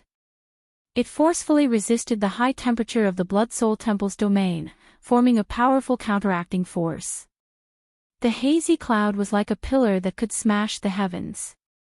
It forcefully split apart the foundation of the laws of the Blood Soul Temple's domain on the material plane. It painted this land of lava with a completely rebellious color. It also turned the most active and resolute woman into an insignificant reptile. The rumble of the collapsing airflow directly suppressed the rumbling of the boiling and exploding lava. It was as if a snowstorm had come from beyond the heavens. It crushed the rock strata who knew how deep it was, and a bone-chilling coldness descended. The forceful distortion and interference of the extraordinary domain suppressed the rules of the Blood Soul Temple's domain. The other was the all-out attack of an extraordinary. Mrs. Halder was blasted flying once more. Gong Chi's mental state had made a decision, and he had finally achieved enough pressure on the Blood Soul Temple's domain. He destroyed the relevant environment, and a portion of the force even pierced through the structure of the domain and landed on the periphery. The lava cavern began to collapse, and the passageway leading to the ant nest suffered the attack. Tens of thousands of Vulcan ants were annihilated into ashes every second. The Vulcan ant group consciousness, which was an important support for the Blood Soul Temple's domain, also suffered the attack. Gong Chi was confident that he could completely shatter the Blood Soul Temple's domain after another 2 or 3 rounds of attacks of this level. More importantly, Gong Chi gained a more detailed understanding of the environment he faced as the extraordinary domains interfered and collided with each other. First, Luo Nan's entangling net frame construction was much more ingenious than Gong Chi's second judgment. Although Luo Nan's previous attacks had already disturbed the Blood Soul Temple's domain that supported Mrs. Halder, the deeper layers of incorporeal frames and restraints still towered silently. They were simultaneously erected on the material and mental planes. They seemed incorporeal yet incorporeal. No matter how the lava surged and the storm wreaked havoc in the abyssal region, they were not affected. Was this really Luo Nan's doing? It didn't look like it. It really didn't look like it. Such a construction, such a penetrating research, such a deep thought, and such an ingenious frame faintly surpassed the level of the abyssal region. It probed towards an even higher level. According to Gong Chi's understanding, perhaps only powerful people like that old ghost Abner or the leaders of the 3 great secret orders had the qualifications to touch upon this. If this really was the case. Bah! Wasn't this going against the logic of just being smooth? Then this was some sort of result that had yet to enter the scope of the inner world's attention. Luo Nan already had the cloud world, so having such a high-end structure was nothing. As for how Luo Nan was going to support the foundation of this structure, to allow it to exist and operate, this was a difficult problem that could only be solved at the end of the matter. Compared to this difficult problem that was hard to explain, Gong Chi discovered a second point that made him relax a bit. He cast aside his fear and stretched out his mental senses after smashing the Blood Soul Temple's domain. He did not discover Luo Nan's second trump card. Yes. Aside from the sacrificial structure that was so exquisite that it was unreal, there were no other extraordinary level powers within the range of his senses. Luo Nan, this young man, really only used Lady Halder and the Blood Soul Temple system as his final method of intercepting and killing him. Or perhaps it was a hook to pull him into a trap. Was this an extraordinary self-confidence, or was this a compromise made out of helplessness? Or perhaps there was a dangerous enemy that possessed absolute patience, preparing an even more fatal ambush from afar. None of this was important. The structure of Gong Chi's pupils in his spirit body was infected by the greenish-gray essence energy. A thick pillar of cloud of the same color wrapped around his tyrannical laws and will. It collided with the domain of the Blood Soul Temple once more, emitting an earth-shaking rumble. A second attack without any misgivings. The entire lava cavern swayed and swayed. Flames burst forth chaotically. Gong Chi's top priority was no longer to delve into the details of the enemy's mentality. This was because the expanded mental sense network marked out a narrow but absolutely safe area for him. With this distance as a buffer, Gong Chi was confident that he could escape unscathed even if there were powerful enemies lying in ambush in the indiscernible outer region. After all, he possessed the top-notch teleportation technique in the world. As long as he destroyed the enormous source of interference that was the domain of the Blood Soul Temple, he could make the surrounding space-time environment relatively stable. Even if it was only for a short second, it would be enough for him to escape 1,000 kilometers away. Before, Luo Nan had used the Cloud World, the Mist Maze, and the domain of the Blood Soul Temple to suppress Gong Chi's ability. But now, it was impossible for Luo Nan to return to these two damned places. The remaining source of interference that seemed troublesome could no longer be called troublesome without the most dreadful potential threat. Yes, it couldn't. The greenish-gray cumulonimbus clouds suddenly swayed for a moment. The upper layer isolated the high temperature and pressure. The cloud layer spontaneously condensed at the top. Perhaps the appearance of the cloud layer was too similar to certain meteorological conditions in the natural world. Crackling sparks of electricity flashed at the front where the low-temperature cloud layer and the high-temperature domain made close contact. Gong Chi's pupils were already immersed in greenish-gray light. They flickered with a glimmer, then froze. The light above the cloud layer only flickered for a brief moment. But at this moment, it was precisely these minute sparks of electricity that caused a certain inauspicious shadow to reveal a bit of its silhouette. It was still growing. It was still climbing. It was like a tree that twisted and struggled its way out of the crevice of hell. Every time it manifested, it represented the growth of multiple dimensions. Length, surface area, volume, aura intensity, power level. No, this wasn't growth. This was an explosive proliferation.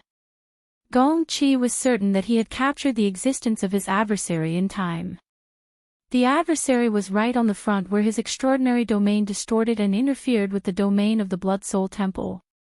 The adversary was close at hand, and the adversary could interfere at any time. He really did react. Due to the ominous feeling in his heart, he had the thought of nipping the threat in the bud. His methods were fierce and straightforward. This was the third attack. It was slightly inferior to the previous one, but its subtlety far surpassed it. The undulating energy within that region was completely frozen and sucked dry. This sort of suction was so fierce that even the structure of space and time trembled. A small portion of it was annihilated, releasing an even more violent attack. This level of interference pointed directly to the microscopic level. Only the skill and experience of an extraordinary was able to achieve such a powerful effect under the premise that his mental senses were unable to completely comprehend and control the changes on this level. Unsurprisingly, the domain of the Blood-Soul Temple was distorted and torn apart once again. It seemed that it would be difficult to mend it in a short period of time. The rock stratum at the top of the cavern exploded. The originally invisible shockwave was arrogantly exposed through the countless wide cracks that radiated in all directions and continued to extend. The source of all the cracks was the pitch-black hole in the rock stratum. The edge of the hole was smeared with the light formed by the interweaving lava and the greenish-gray cloud pillar. The light itself seemed to possess a corrosive power. It caused the newly formed hole to show signs of collapse in the blink of an eye. According to Gong Chi's calculations, the ominous shadow that was explosively proliferating should have been damaged at the same time as the hole. It should have touched the ceiling of its power level. Its soaring momentum was interrupted and it rapidly fell. It was then caught and suppressed by the greenish-gray cloud pillar. In reality, after the greenish-gray cloud pillar tore apart the domain of the Blood-Soul Temple, it had already stirred up its remaining momentum. It was going to smash into the center of the rock stratum and not give the ominous shadow any chance to dodge. The other party did not dodge, but correspondingly, the explosive growth momentum that caused one's heart to palpitate did not weaken in the slightest. It did not seem to be affected at all. It did not give Gong Chi any chance to react at all. With that seemingly natural pace, it crushed through the ceiling that ability users from the inner world could not touch. It was like a flight of stairs that a normal person would casually step on. On the front where the greenish-gray cloud pillar and the Blood-Soul Temple's domain contorted and collided, brilliant electric flames flickered once again. They struck and shuttled through the dark-colored cloud pillar, but it was not just a display of power. This was because the countless areas of electric light were formed from innumerable anions, cations, and water molecules. Under insufficient or even completely contradictory material conditions, in the complex environment where the extraordinary domain distorted and interfered, they accurately corresponded with the precise structures from other dimensions. They interfered with each other and quickly constructed a tyrannical and stable order of a different kind.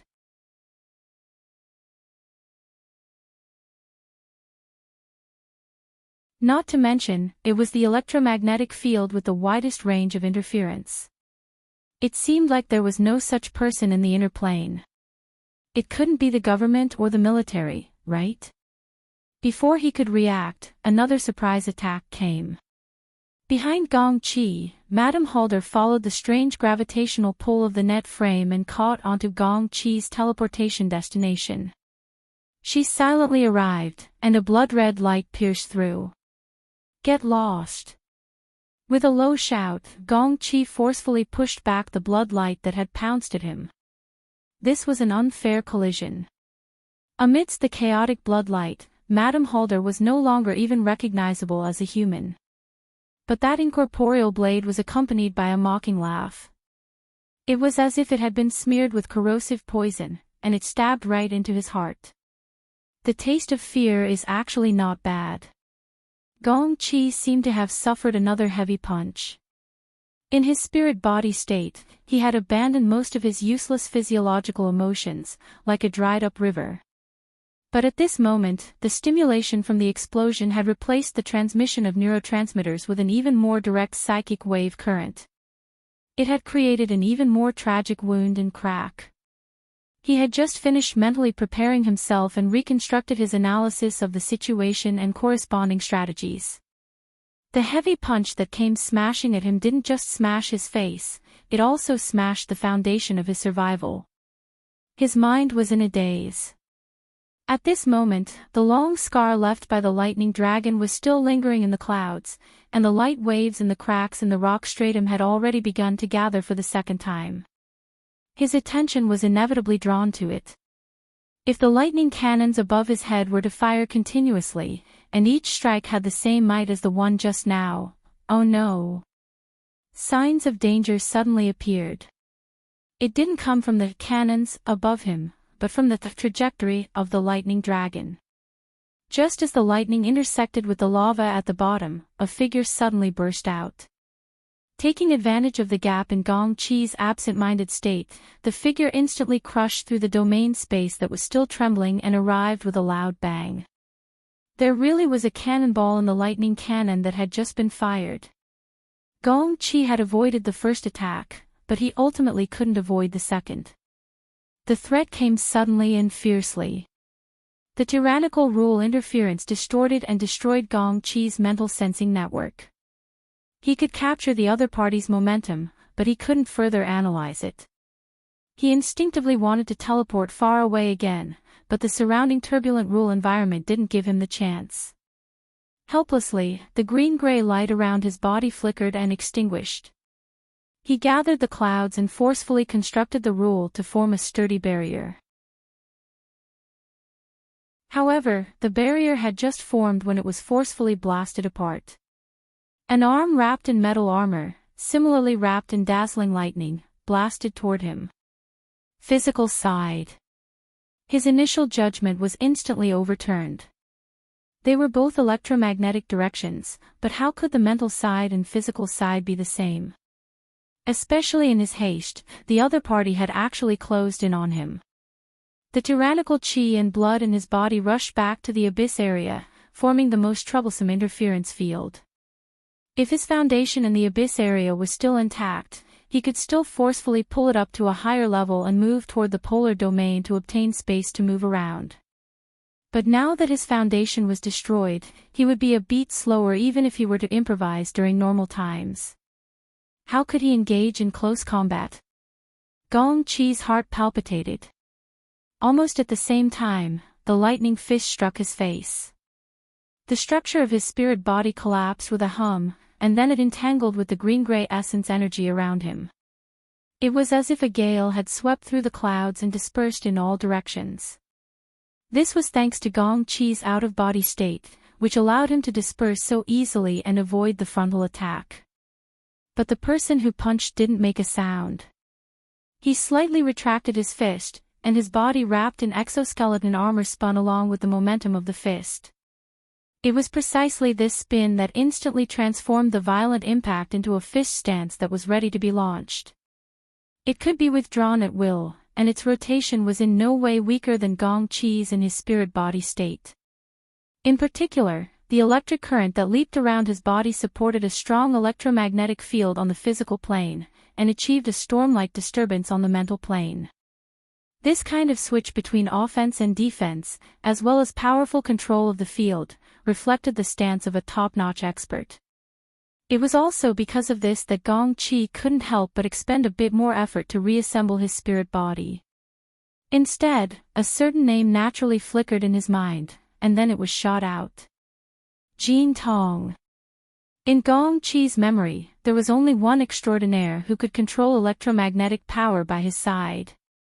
Once he was alarmed, that familiar aura imprint was also peeled off from the outer shell of the exoskeleton armor and the strange skin membrane. It was reflected in his mind, and there was no doubt about it. Gong-Chi's furious thoughts swept through the void, but it didn't trigger any additional reactions. The other party locked onto Gong-Chi's spirit body again, and without a word, launched another round of violent attacks. Gong-Chi's spirit body structure was once again destroyed with 2 or 3 punches. Jin Tong, you're F*King crazy. From what Gong-Chi knew, Jin Tong was a top-notch wilderness hunter. The metal hunting group under him was quite powerful, and at the same time, he had a long-term cooperative relationship with the Ability User Association. After all, the association was the largest distributor of mutant resources in the inner world. Jin Tong's team's annual transactions with the association were in the hundreds of millions, and they involved quite a lot of premium products. To the other party, they were both important clients. With such a background, Gong-Chi and Jin Tong naturally had a friendship.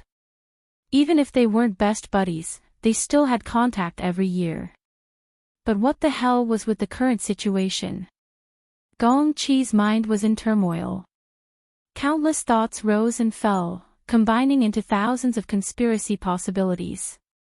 Like the shadows of trees swaying in the dark night, they unfolded in his heart.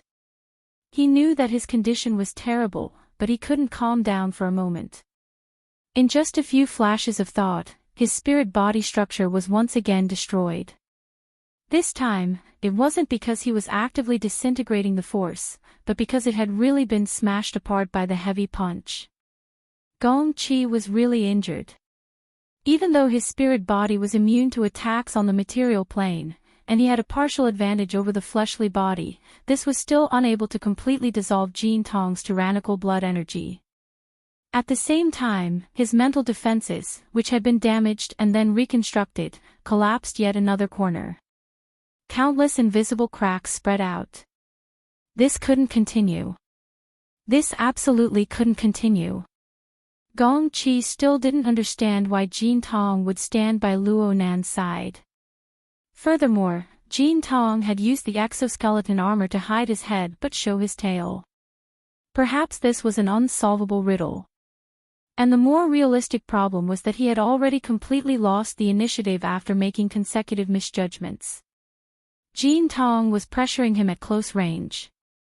Jin Tong's powerful fighting style, berserk attacks, and meticulous control of the field, was even stronger than what Gong-Chi knew. Jin Tong's state was clearly at its peak, and Jin Tong didn't give Gong-Chi a chance to catch his breath. With Gong-Chi's current half-crippled state, Gong-Chi would probably be forcefully ground to death if things continued like this. Screw you. In this desperate situation, Gong-Chi's greenish-gray pupils cracked like a layer of ice before shattering with a bang. In this moment, he completely abandoned the structure of his spirit body. He fused with his essence energy that had been tempered and tempered 1,000 times to form a haze of light that was half illusory and incorporeal.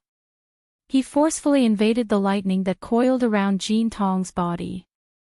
Gong-Chi didn't disperse the structure of his spirit body to unload the force. Instead, he wanted to fight Jin Tong on a more detailed, more microscopic level. He wanted to crazily strangle Jin Tong. And the consumption that came from this would increase by several times, dozens of times. It was even possible that the core of Jin Tong's spirit body would be damaged. There would be no end to future troubles. His life was gone. Who cared about future troubles? Mrs. Halder controlled her bloody light to stop on the outskirts. She originally wanted to quietly cut in and seize some of the spoils of battle. But the situation entered the most intense level in the first instant. The blazing white lightning and the greenish-gray essence energy permeated and counter-permeated. They resisted and countered, stirring up a dark ring of fire. It noiselessly tore apart the domain of the Blood Soul Temple, isolating a deadly environment. Anyone who tried to force their way in would become the venting point for the clashing forces of two extraordinaries. They would suffer double the damage. She didn't have any chance to intervene. She could only drag her ruined body, quietly sense and wait. One of her eyes had already been blasted apart under the continuous clashes. The crystal had evaporated, but her mind's eye was clear and penetrating. Luo Nan's framework served as a probing needle, and it pierced straight into the depths of the enemy's heart. Gong Qi was truly going all out. He displayed an unprecedented decisiveness. The greenish-gray essence energy was like leaping icy flames within the area where he and Jin Tong fought. It possessed a water-like penetrative power, but it also contained a violent destructive power. The lightning that Jin Tong controlled had already interweaved into a net, but now this net began to warp violently. From time to time, the knots of the net would collapse, the lines would reconnect, and then the net would be reconstructed. The cycle continued. But Gong Qi was terrified. His mental defenses were damaged, reconstructed, and broken. The scars had already been deeply branded into the deepest recesses of his will. He was able to be this decisive right now because the cracks that had opened up were gushing flames of fury. They formed an explosive driving force. Fear and fury were two sides of the same coin. They could switch at any time. How long could Gong Qi last? Under the eruption of near uncontrollable power, under the suction of the framework net. Oh. Mrs. Halder furrowed her brows slightly. Within the dark ring of fire where the extraordinaries fought, a strange colored flame suddenly flickered. It came from Jin Tong's body, which had been as steady as a mountain. It was the exoskeleton armor wrapped around his body. A layer of flame had burned through it, leaving behind shallow scorch marks and ashes. And in the area where the flame had yet to burn out, the fascia-like foreign body that was wrapped around him was only an insignificant amount. It was still twitching under the roasting, as if it was alive. Tisk. Mrs. Halder could clearly hear someone smacking his tongue in annoyance. Gong Qi, who was within the ring of battle, felt it more directly. The pressure from Jin Tong's side suddenly dropped, and an inconceivable break appeared in the tempestuous rhythm of attacks. A chance. Gong Qi's thoughts had already fallen far behind his instinctive reactions in this moment where the rules and energy interweaved. He made the most correct action in an instant. The greenish-gray essence energy instantly converged. Its light and color were purified to the point of being nearly transparent. At the same time, it was tempered to a sharpness that exceeded the limits of its limits. It also possessed a dark damage that could corrode the soul. Under the guidance of the energy, it seized the break point that shouldn't have appeared and pierced straight in. The sharp essence energy spear directly pierced into the center of the exoskeleton armor's visor. It pierced through 2 layers of metal armor and the flesh and blood in the middle. It went forward and out, completely penetrating through. It hit. At this moment, Gong Qi was somewhat at a loss. It wasn't easy for his lagging thoughts to catch up, but an irrelevant thought appeared in his mind. He remembered that Jin Tong was too casual when it came to controlling electromagnetic energy. He also had the special ability to transform his body into metal. The two complemented each other and were enough to support a complete system of rules. Therefore, he didn't really like it or was very good at cooperating with exoskeleton armor. It was also very difficult for there to be a vehicle in the world that was suitable for him to carry his extraordinary strength. Is this guy in front of me really Jin Tong? The sudden reversal of the situation also reversed the direction of the power. Gong Qi's attack caused the deadlock between the two to lose balance, and it poured out in the direction of the weaker side. The strength of the exoskeleton armor's structure couldn't withstand this level of impact. In the blink of an eye, it twisted and collapsed. Of course, the first to collapse was the visor that had suffered a direct hit. A strange bloody light seeped out. Gong Qi's senses pierced through the broken metal outer shell and the strange bloody light. He locked onto the distorted face that still gave him a familiar feeling. Jin Tong. No, it wasn't. At least not at certain times. In the bloody light, a blurry face that was still pierced by the Essence Chi spear was melting. Jin Tong's facial features reappeared, like a clay work that had been pinched. But just as this face was formed, it distorted and melted away.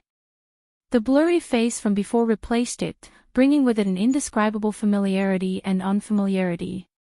Then, it distorted, melted, replaced, and the cycle repeated. That's my face. Rumble. Gong Qi's thoughts suddenly left the established track.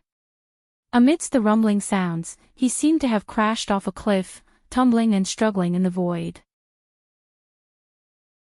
It was precisely because of this that he didn't notice that Lady Holder, who had been waiting outside for a long time, had once again controlled the bloody light and silently charged forward. Gong Qi fell into a state of uncontrollable thinking. There were many things he understood, but there were still many things he didn't understand. But no matter what, that turbid and malevolent truth that contained great cruelty and great terror smashed into the depths of his heart, transforming into a demonic claw that fiercely clawed at him. The front of the Essence Chi was still in front of him. That incomparably familiar face was trembling and stirring. Even if it was a living person, even if it was a transcendent, 99% of them would still die. Lady Halder's aura was rapidly weakening, but Gong Qi was also rapidly weakening. This was a weakening of the spiritual plane, to the point of collapse. The barrier of will shattered with a rumble. His emotions were like an erupting volcano, exploding with destructive flames and emitting a sharp howl in the chaotic spiritual world. Lady Halder closed in, and the bloody light pierced into the depths of the azure-gray Essence Chi that had just gathered. But in the next moment, the azure-gray light exploded outwards. Freezing and exploding, two completely different types of killing power simultaneously struck Lady Halder's body. The bloody light condensed and then exploded. Lady Halder's already badly damaged body seemed to have been stripped of all flesh and blood. All that was left was a twisted skeleton that was still burning fiercely. But it was this twisted burning skeleton that firmly absorbed the azure-gray Essence Chi in front of it. It was as if it had been smeared with superglue, or perhaps it had been thoroughly magnetized. Deputy Secretary General Gong, you don't have a chance anymore. The repeated declaration was like a poisoned blade that pierced through him a second time. Gong Qi roared. He wanted to tear apart Lady Halder, who was twisting around him. At the same time, he wanted to tear apart the rapidly weakening, but still tenaciously existing nightmarish face. But, he was also weakening. At the core of his spiritual body, a shadow of nothingness was rapidly spreading out. It was like a plant that devoured flesh and blood. After growing stronger in secret, it would reveal its malevolent face and openly inject poison into his blood, carrying out a terrifying transformation. Behind the fury was fear. After two violent struggles, Gong Qi was still unable to break free from Lady Halder, nor was he able to resist the swallowing of the shadow at the bottom of his heart. Then, his emotions would naturally overturn, and a cold wind of fear would blow into the cracks in his collapsed heart. It was quite ironic that his thoughts returned at this moment. Gong Qi completely understood. His opponent's main direction of attack had never been the suppression of the Blood Soul Temple's domain. It wasn't Lady Halder.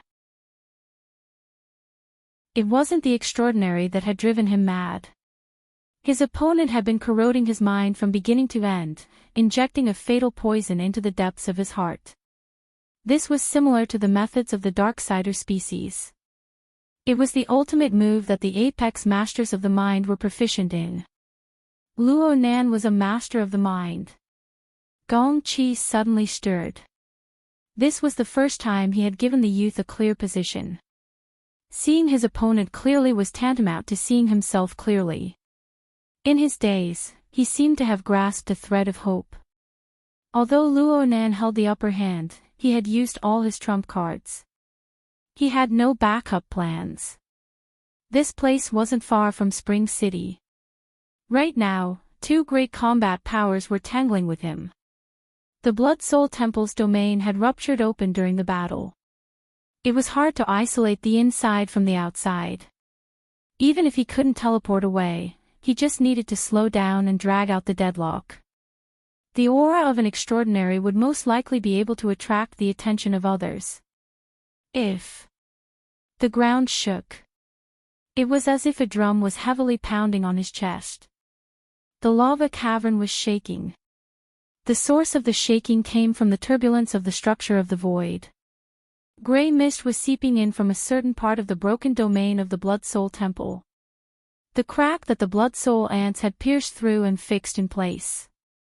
It was clearly only wisps, but the moment it seeped in, the high temperature and pressure of the infernal inferno was smeared with a layer of indescribable gray matter.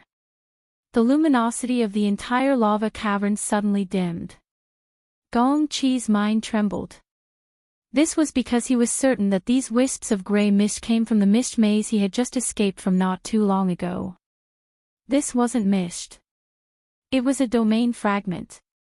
It was a spacetime structural element that was refined to the extreme.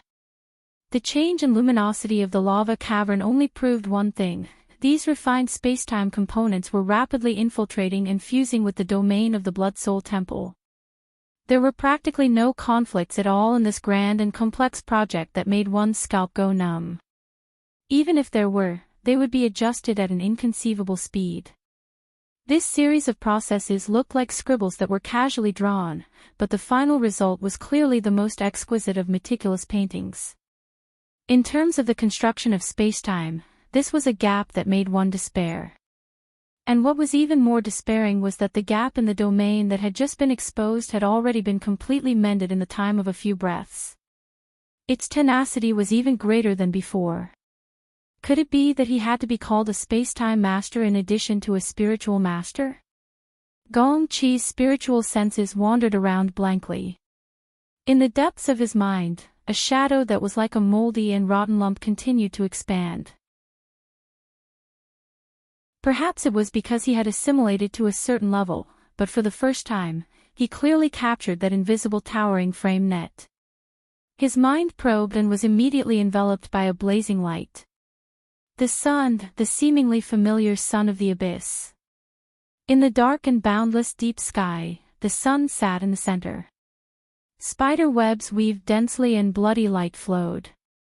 That was the frequent exchange and transformation of vitality and origin energy. A considerable portion of it came from his body. At this moment, Gong Qi was clearly a mosquito that had been tied up into a cocoon. Countless spider webs entangled him and countless nodes were digested. There was no chance or hope for him. Ha, ha, ha. Gong Qi suddenly let out another roar. The scene of the spiritual world collapsed amidst the roar and he returned to the plane of reality. Before his eyes was a dark red space. It was the embryonic form of some domain. The local spacetime, the domain of the Blood Soul Temple, and the domain fragment of the Misty Labyrinth. If these three structures completely converged and fused together, this would be the extraordinary domain. It would not be an exaggeration to call Luo Nan a spacetime master at that time. But right now, he was still a bit short. The crux of the matter lay in the fact that no powerful person in the world could evolve into a domain with just a strand of thought. This proved that Luo Nan, the psychic and spacetime genius, was here. Perhaps he had just arrived, or perhaps he had been hiding here for a long time. In any case, the youth was here. He was within the range of his attack and slaughter. Ever since the battle began, Gong Qi's mind had never been this clear and this focused. Death was a foregone conclusion, and the final hindrance vanished in a puff of smoke. His extraordinary-level mental senses radiated the most penetrating rays of light, illuminating this extremely vast yet imperfect void. Then Gong-Chi caught a glimpse of a figure. That figure should also be in a spirit-body state. A sharp howl rang out, and the green-gray essence energy instantly ignited and purified. It was just like how it pierced through the extraordinary body. It burned with hatred and fury, tempered into the sharpest of spears and swords, and shot across the sky. Die! Gong-Chi had already exhausted everything he had in this fearless attack, including the teleportation technique that he had been unable to use due to the interference of the domain. Thus, he erased practically all of the distance between them. The spear and sword of essence energy had already arrived in front of the target's face. The abyssal region, no, an even higher region, operated marvelously. The spirit body figure that originally existed in the world suddenly rose to a higher level, taking a step upwards. This step was from the real to the virtual. This step was beyond the reach of his strength. Gong-Chi burst forth with another howl, and at this moment, he suddenly saw a pair of unfamiliar and cold eyes. The eyes were extremely close, yet they were very far away. It was loathsome. Gong-Chi instinctively wanted to destroy these eyes, but in this instant, it was as if he had fallen into a long, winding river. He went against the waves and struggled forward, but he was swept even further away by the torrent of water. The ice-cold waves washed over him, taking away his energy and vitality, taking away his life force and spiritual light, taking away his emotions and thoughts, taking away everything that should be a life. All that was left was old, decaying, and other worthless things. Gong-Chi howled and struggled forward. Finally, he saw a slightly familiar face. It was one of his most profound memories before he fell into the cloud world. It was the girl who attracted him to Xia City, the girl who was worth 2,000 of the shares of the Deep Blue Project. He did not know that his thoughts and the corresponding state of mind formed a nearly perfect mirror image of Jin Tong, who had fiercely fought him before his death.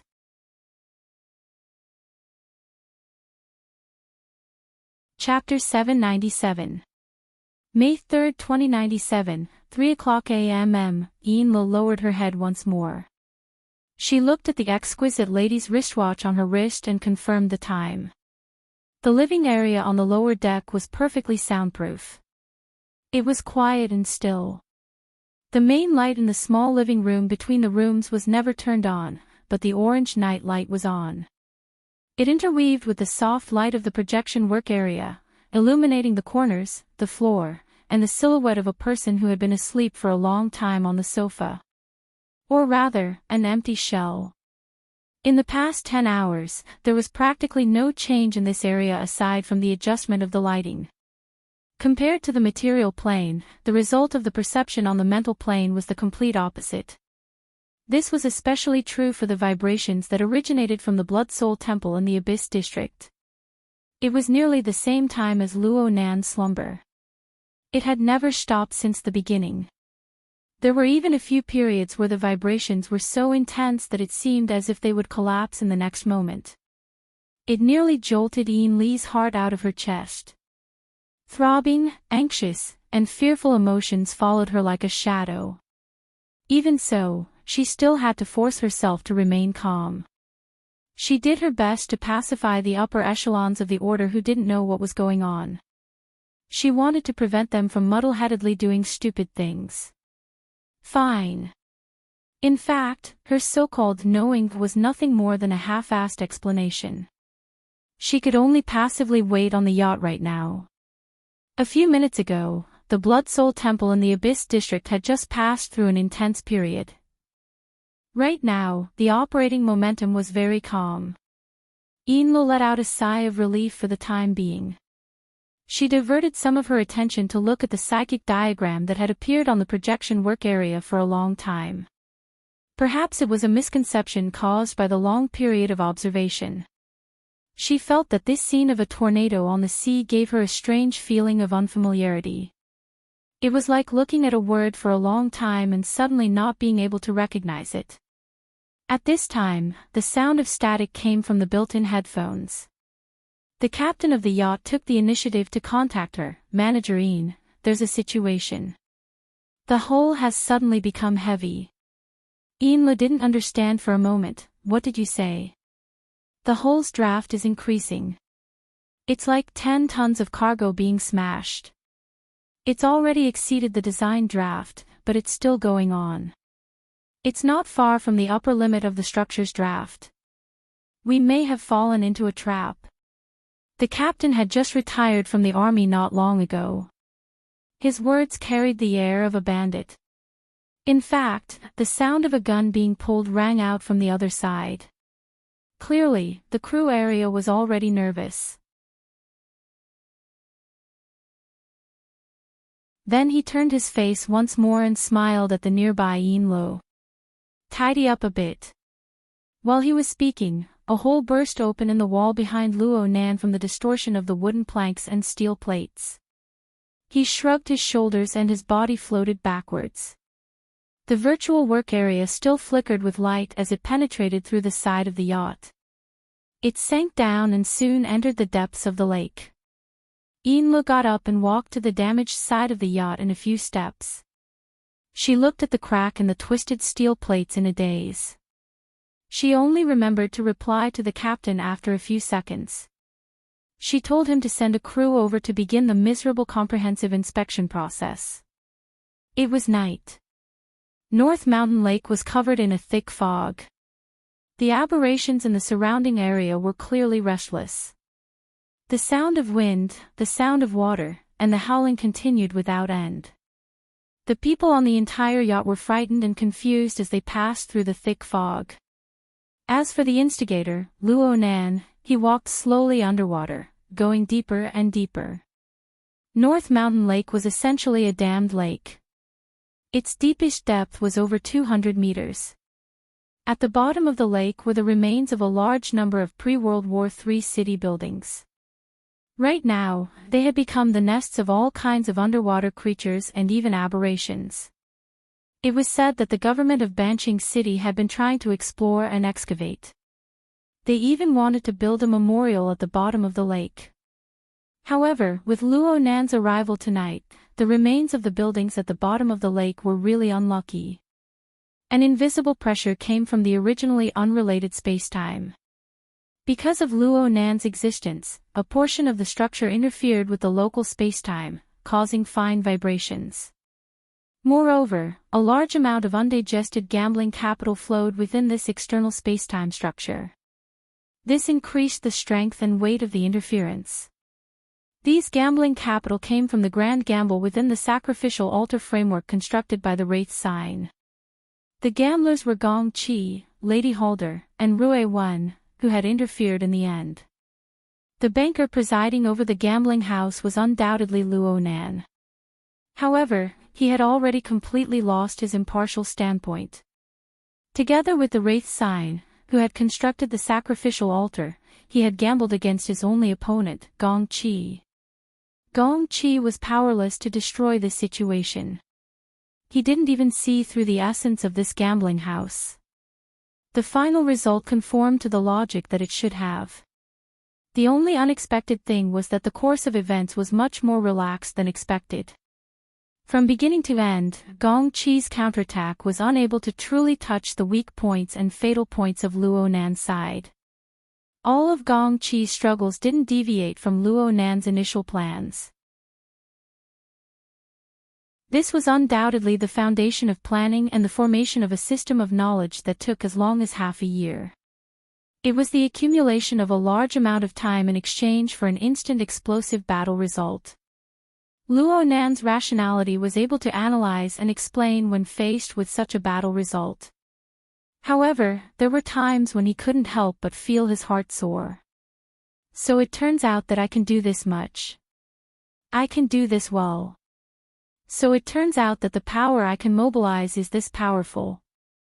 Luo Nan stopped at a certain high point in the gloomy depths of the water.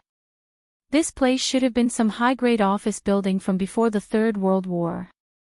Perhaps it was a landmark building from back in the day. The quality of the building was exceptionally good. It had withstood the flood peaks and mudslides of several decades ago.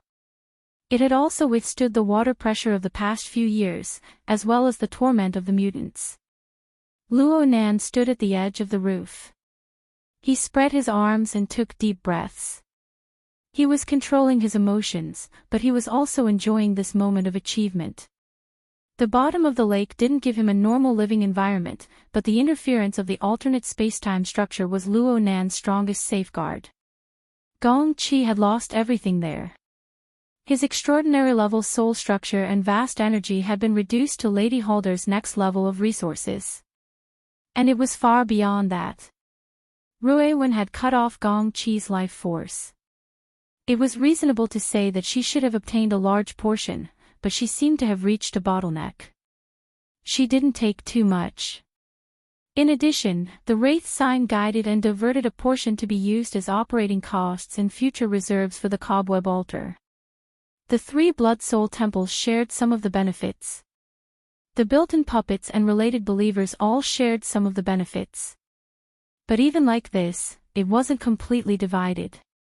The rest was stored with Luo Nan, allowing his soul strength to explosively increase once more. Before this, every time Luo Nan's soul strength exploded with explosive growth, it was accompanied by a near-fatal risk of imbalance between his body and soul. But this time, the risk didn't come as expected. This was because a firm and highly efficient water conservancy project had appeared between his body and soul, which was still severely imbalanced. Perhaps it could be called Luo Nan's domain. The destructive expansion of his soul strength, as well as the large amount of undigested gambling capital, together with the unceasing mobilization and assembly of the configuration fragments, seeped into the precise spacetime structure bit by bit, undergoing an even deeper transformation. From the peak of a flood that splashed the sky, it transformed into an unending stream of electricity. Everything was clearly natural and smooth. Luo Nan understood that the most crucial factor within this was the configuration theory that he gradually grasped in depth. This knowledge system, which clearly surpassed the current level of Earth, rapidly solidified the foundation of his existence in this world. This was a good beginning, but it was merely a beginning. The psychic diagram continued to flash in the virtual work area in front of him. Luo Nan's gaze fell upon the sea tornado that originally belonged to Gong Qi. Following his attentive gaze, the fine lines and shadow structure continued to transform.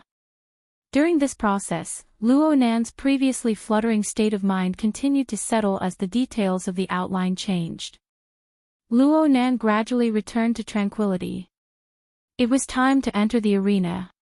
He had transformed from a pseudo-transcendent compositor into a true participant. This was because he possessed the ability to stand on equal footing with the other sea tornadoes right now.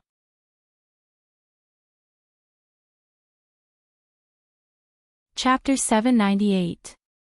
Early in the morning, light shone through the shadows of the wood and stones in the garden. The warm light from the stone lamps in the houses automatically extinguished, allowing the light of nature to decorate the place. For a moment, the garden seemed to be filled with a thin layer of mist, cold and quiet. However, it was already late spring, less than 2 days before the beginning of summer. In many people's hearts, Ban City had already become hot. Yukawa Isuk knelt on the platform of the veranda and said nothing.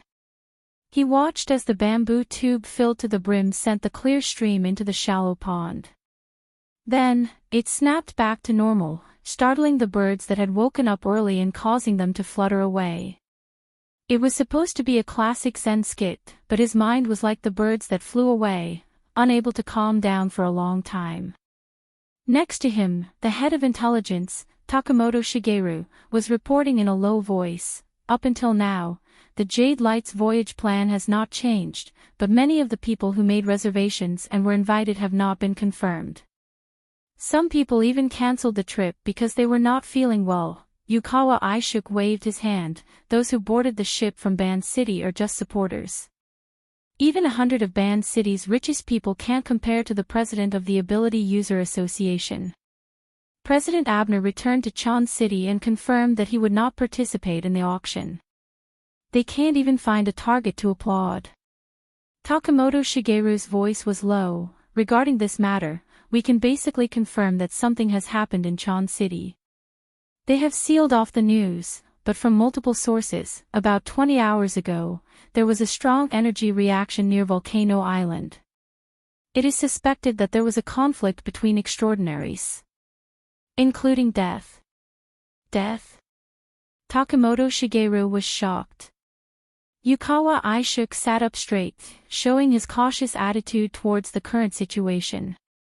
Just 2 minutes ago, he received the latest news from the Jade Society. On Volcano Island, Deputy Secretary Gong Chi, who had been in isolation for a long time, had his body destroyed. This news was beyond the scope of information that Takamoto Shigeru usually received and processed. For a moment, he didn't know how to react. He vaguely guessed that Yukawa Aishuk was also shocked by the news, which was why he took the initiative to tell him about it. Because of this, Takamoto Shigeru automatically shut up and didn't make any comments, pretending that he was mute. Sometimes, rumors can become the truth. I've always been skeptical about the legend of Gong Chi discovering a new plane, but now I can almost confirm that it's true. Moreover, the situation is more complicated than expected. Now there's a guess, Gong Chi wasn't the only one who discovered the new plane. Isn't that stubborn guy still in Luo Yuandao's lab? I didn't expect his father to be so good as well. Takamoto Mao did not speak. He only took a deep breath and recalled the time when the Amaterasu cult used Ban City as the cauldron and many orders as ingredients to brew a pot of fresh soup. Now that one batch had been cut, a new batch had grown.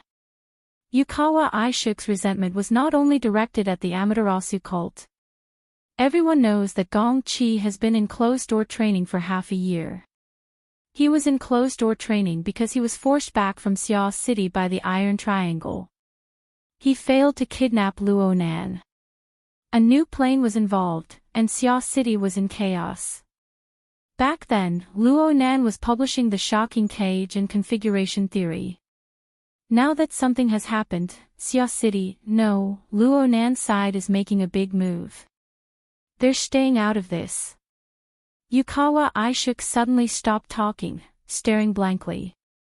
Takamoto Mao's eyelids twitched. He felt that this line of thought was very dangerous.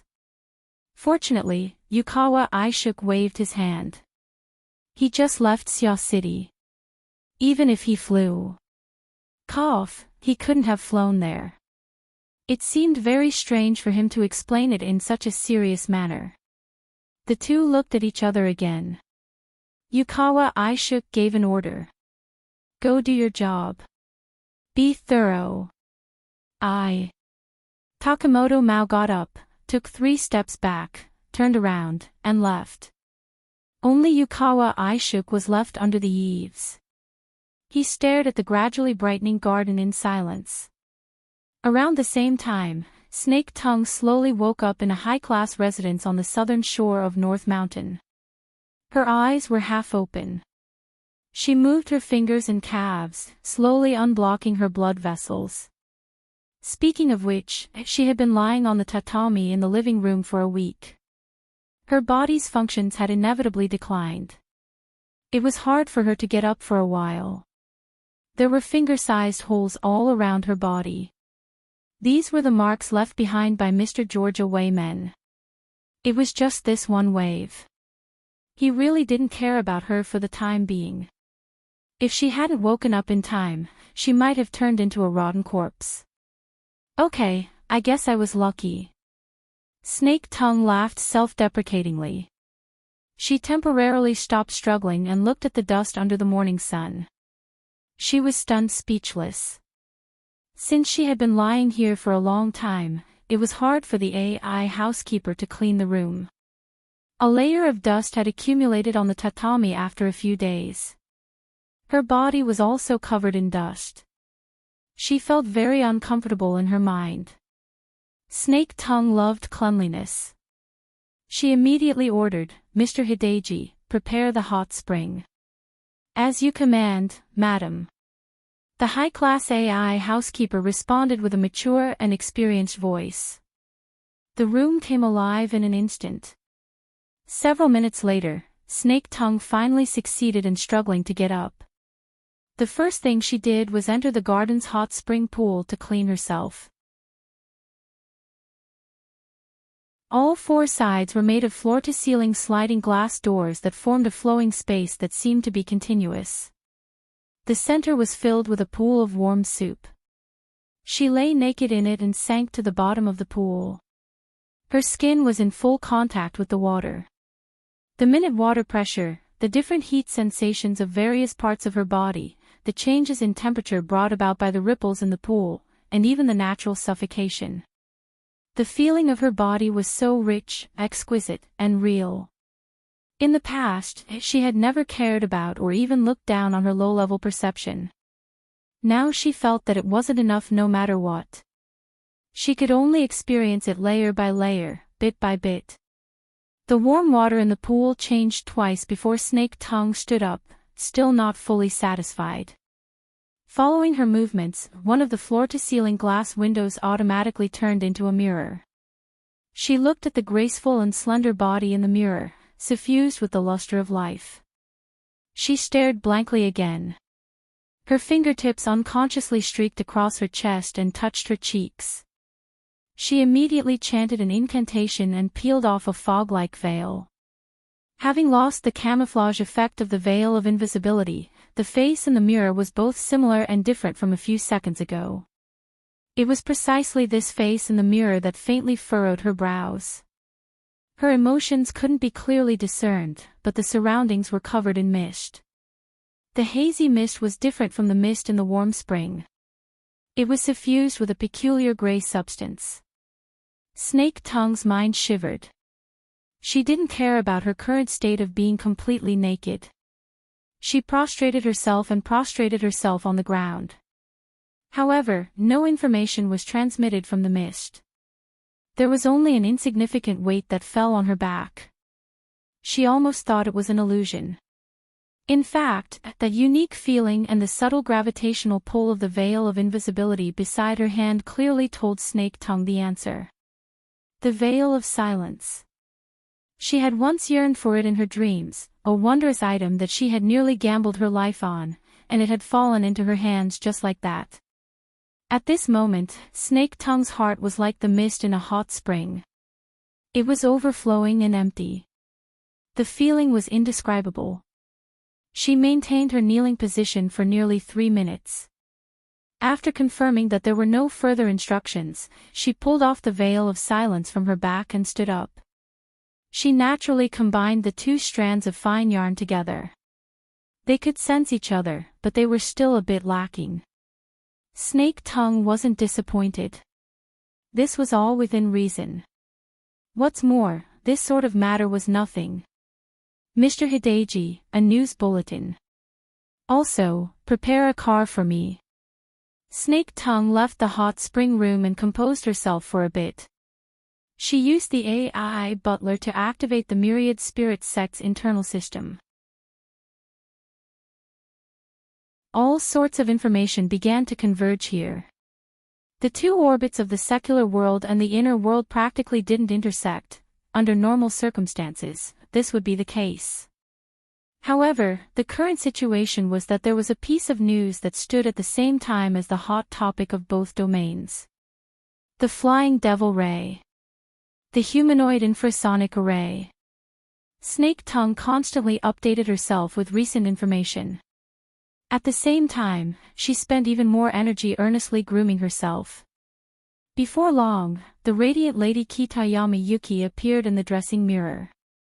The car arrived, and Snake Tongue dressed up and went out.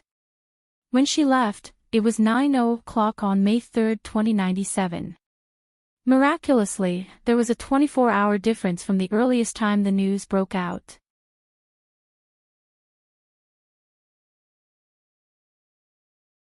Chapter 799. Mrs. Kitashin Yuehui, who had always lived in seclusion, suddenly went out in a car. This became a moderate amount of news in this residential area. The housewives cast their gazes from the gardens, streets, bedrooms, and other positions and angles. They gathered all sorts of details and prepared them for today's conversation. Those gazes and vulgar thoughts certainly couldn't be hidden from Snake Tongue. In the past, she simply couldn't be bothered to waste her thoughts on such matters. But today, she looked through the car window and swept her gaze over this residential area with great interest. She looked at the gardens on both sides of the road, as well as the faintly familiar faces inside and outside the gardens. Compared to the boundless and repetitive clouds, so what if it was vulgar? Those pale faces smeared with foundation and lipstick also glowed with a gorgeous color. The hired professional driver drove silently. The relevant route had already been properly arranged. After leaving the residential area, they entered the main road around the lake on the southern shore of Bayshon Lake. The foundation of this high-standard magnetic track was extremely high. When it was first constructed, it served as a second breakwater. As the car drove on it, they could clearly see the boundless blue waves of Bayshon Lake.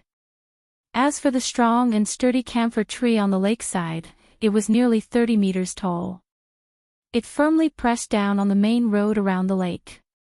Even from here, they still had to look up. Looking at the extended branches of the tree crown, it was truly like the arm of a giant spirit stretched horizontally between Bayshon Lake and Ban City. It caused people to involuntarily feel reverence.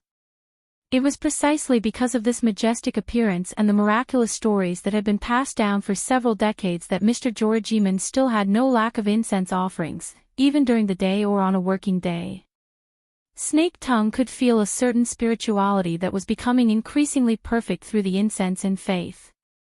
It revolved and flowed, combing the dual environment of matter and spirit, nourishing and strengthening it little by little. Her gaze was cold and clear, and her thoughts were cold. At the same time, there was also a thought that swept past the car. The two sides touched and then separated. It could be considered a greeting, but the mood was cold. Snake Tongue didn't reprimand Georgiman, and the latter didn't have any intention of apologizing. The friendship between the two was roughly like this. Half a year was enough for them to be completely consumed, so it wasn't strange. As for the future direction of the jointly established Myriad Spirit Order, or even the future of the two, whether it was Snake Tongue or the Jordan Gate, they didn't have the authority to take the lead. This was because there was a certain Lord on the surface of North Mountain Lake. Snake Tongue and Zogia Wyman both consciously and unconsciously followed the will of that person. Snake Tongue was the conscious one. As for Mr. Zogia Wyman, it would depend on how he would react later. The car quickly turned off Lake Circle Drive. Snake Tongue had already prepared a boat here. She was prepared to go to the lake to pay her respects to that person. But before she could set off, she saw a fishing boat on the lake.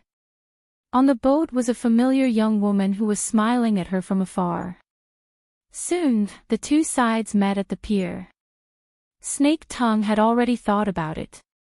She had indeed seen this woman before her. A week ago, Luo Nan had summoned her soul and summoned her soul. Her soul and body were one for a short period of time, and she would occasionally see this face. It was just that it was hidden in a dreamy and illusory mist. It was hard to tell if it was real or fake. Right now, there was no need to bother distinguishing. It was certainly someone close to Luo Nan, without a doubt. Even though Snake Tongue was able to determine that this person's cultivation was a level lower than hers, she still bowed respectfully in greeting. Sinner Snake Tongue greets the High Envoy. Ian Lee's eyes stirred slightly. Snake Tongue wore a traditional kimono. She came in splendid attire. Her words and actions were humble and ancient. She simply adopted the posture of paying respect to a god. Naturally, she elevated Luo Nan to an extremely lofty position. Then, could she, a temporary secretary, truly be able to steadily occupy a position as lofty as that of a god? Ian Lee's thoughts turned to one side, and she smiled. She avoided Snake Tongue's greeting and bowed slightly at the same time. I don't dare. My humble name is Lo. I am the Vice Oblatum of the Blood Flame Order. I follow the orders of the First Oblatum to serve by Mr.'s side. I don't deserve the title of High Envoy. The Blood Flame Order. The one from Xia City. Snake Tongue didn't participate in the final battle to kill Gong Qi, so she had no way of knowing of the close relationship between Luo Nan and the Blood Flame Order. It was hard not to be surprised when she heard this. But this was not the time for her to ask clearly. She could only suppress the suspicions in her mind and maintain a respectful and submissive posture. She hoped that Lo would pass on the message and allow her to meet her lord. The response from the other side was rather odd. Ms. North Mountain, according to Mr., you're a fan of the Mountain Stream Band. Snake Tongue raised her head in shock and saw Lee's deep smile. Her mind immediately flashed, and she responded a second later, what the Lord says is naturally correct.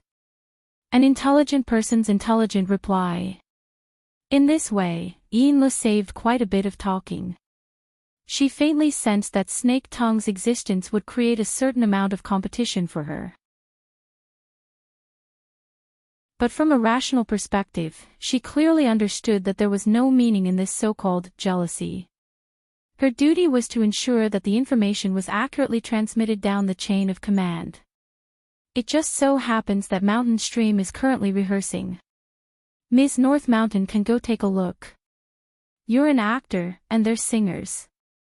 The difference in their fields is quite large. But no matter how you look at it, you're still an artist. You're their senior.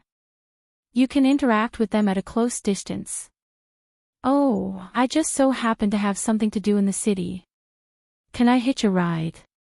Of course. Snake Tongue invited Lo into the car. There was a bit of modesty between the two. In the end, Lo chose the seat behind the driver, leaving the front passenger seat for Snake Tongue. The car drove to the center of Sakura City. On the way, Lo gave Snake Tongue information on the Mountain Stream Band, especially information on the relationship between Moya and Luo Nan. She also gave a general explanation of the current situation. Actually, Lo herself didn't quite understand why Snake Tongue was involved. She didn't even understand the process of Luo Nan awakening and subduing this former enemy of hers. On the other side, Snake Tongue felt deep disbelief towards the background of Luo Nan being threatened. The Yuchuan family actually did such a thing to threaten a deity that had slain extraordinaries. Was it because their lord was too low-key? Both sides had unresolved suspicions, but they were intimidated by Luo Nan's existence, so it wasn't easy for them to communicate in depth. The two vaguely came to a realization. They were two pieces of a puzzle in Luo Nan's hands. They were placed in different areas according to the will of that person. As for the complete picture, it probably only existed in Luo Nan's heart. Or perhaps it would only appear in its entirety at the final stage.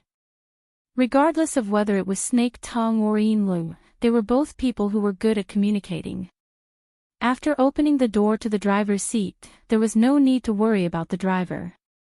They soon found many new topics to talk about. For example, the Jordan Gate and the Myriad Spirit Order, the relationship between the Blood Flame Order and Luo Nan, and so on. Although it wasn't to the extent of revealing everything, it could help each other understand and communicate more. In the end, they talked about Luo Nan's current activities. Lu was actually a bit distressed. The Ray needs to be docked for a complete overhaul. It will take at least a week. Mr. will need to find another ride for his daily needs. But it's not easy to find a yacht of the same specifications in a short period of time without leaving any traces. Luo Nan didn't care about his living conditions, but a secretary like Lu had to be perfect no matter what. Snake Tongue couldn't comment too much on this sort of matter. She only acted in the proper manner and said, if Milord doesn't mind this sinner's humble dwelling, it would be good for her to temporarily move in. Ian didn't think that Luo Nan would go live in a residential area with many eyes and ears. She just responded politely, "I will mention it to Mr. Well, if Luo Nan hadn't found a suitable replacement yacht by the time he returned. Speaking of which, didn't he spend too much time at the bottom of the lake?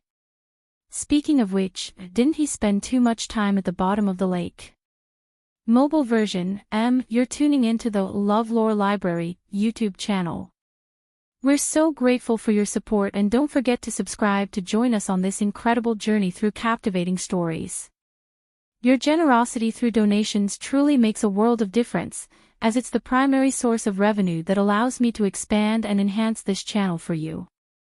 Thank you from the bottom of my heart for being a part of this adventure.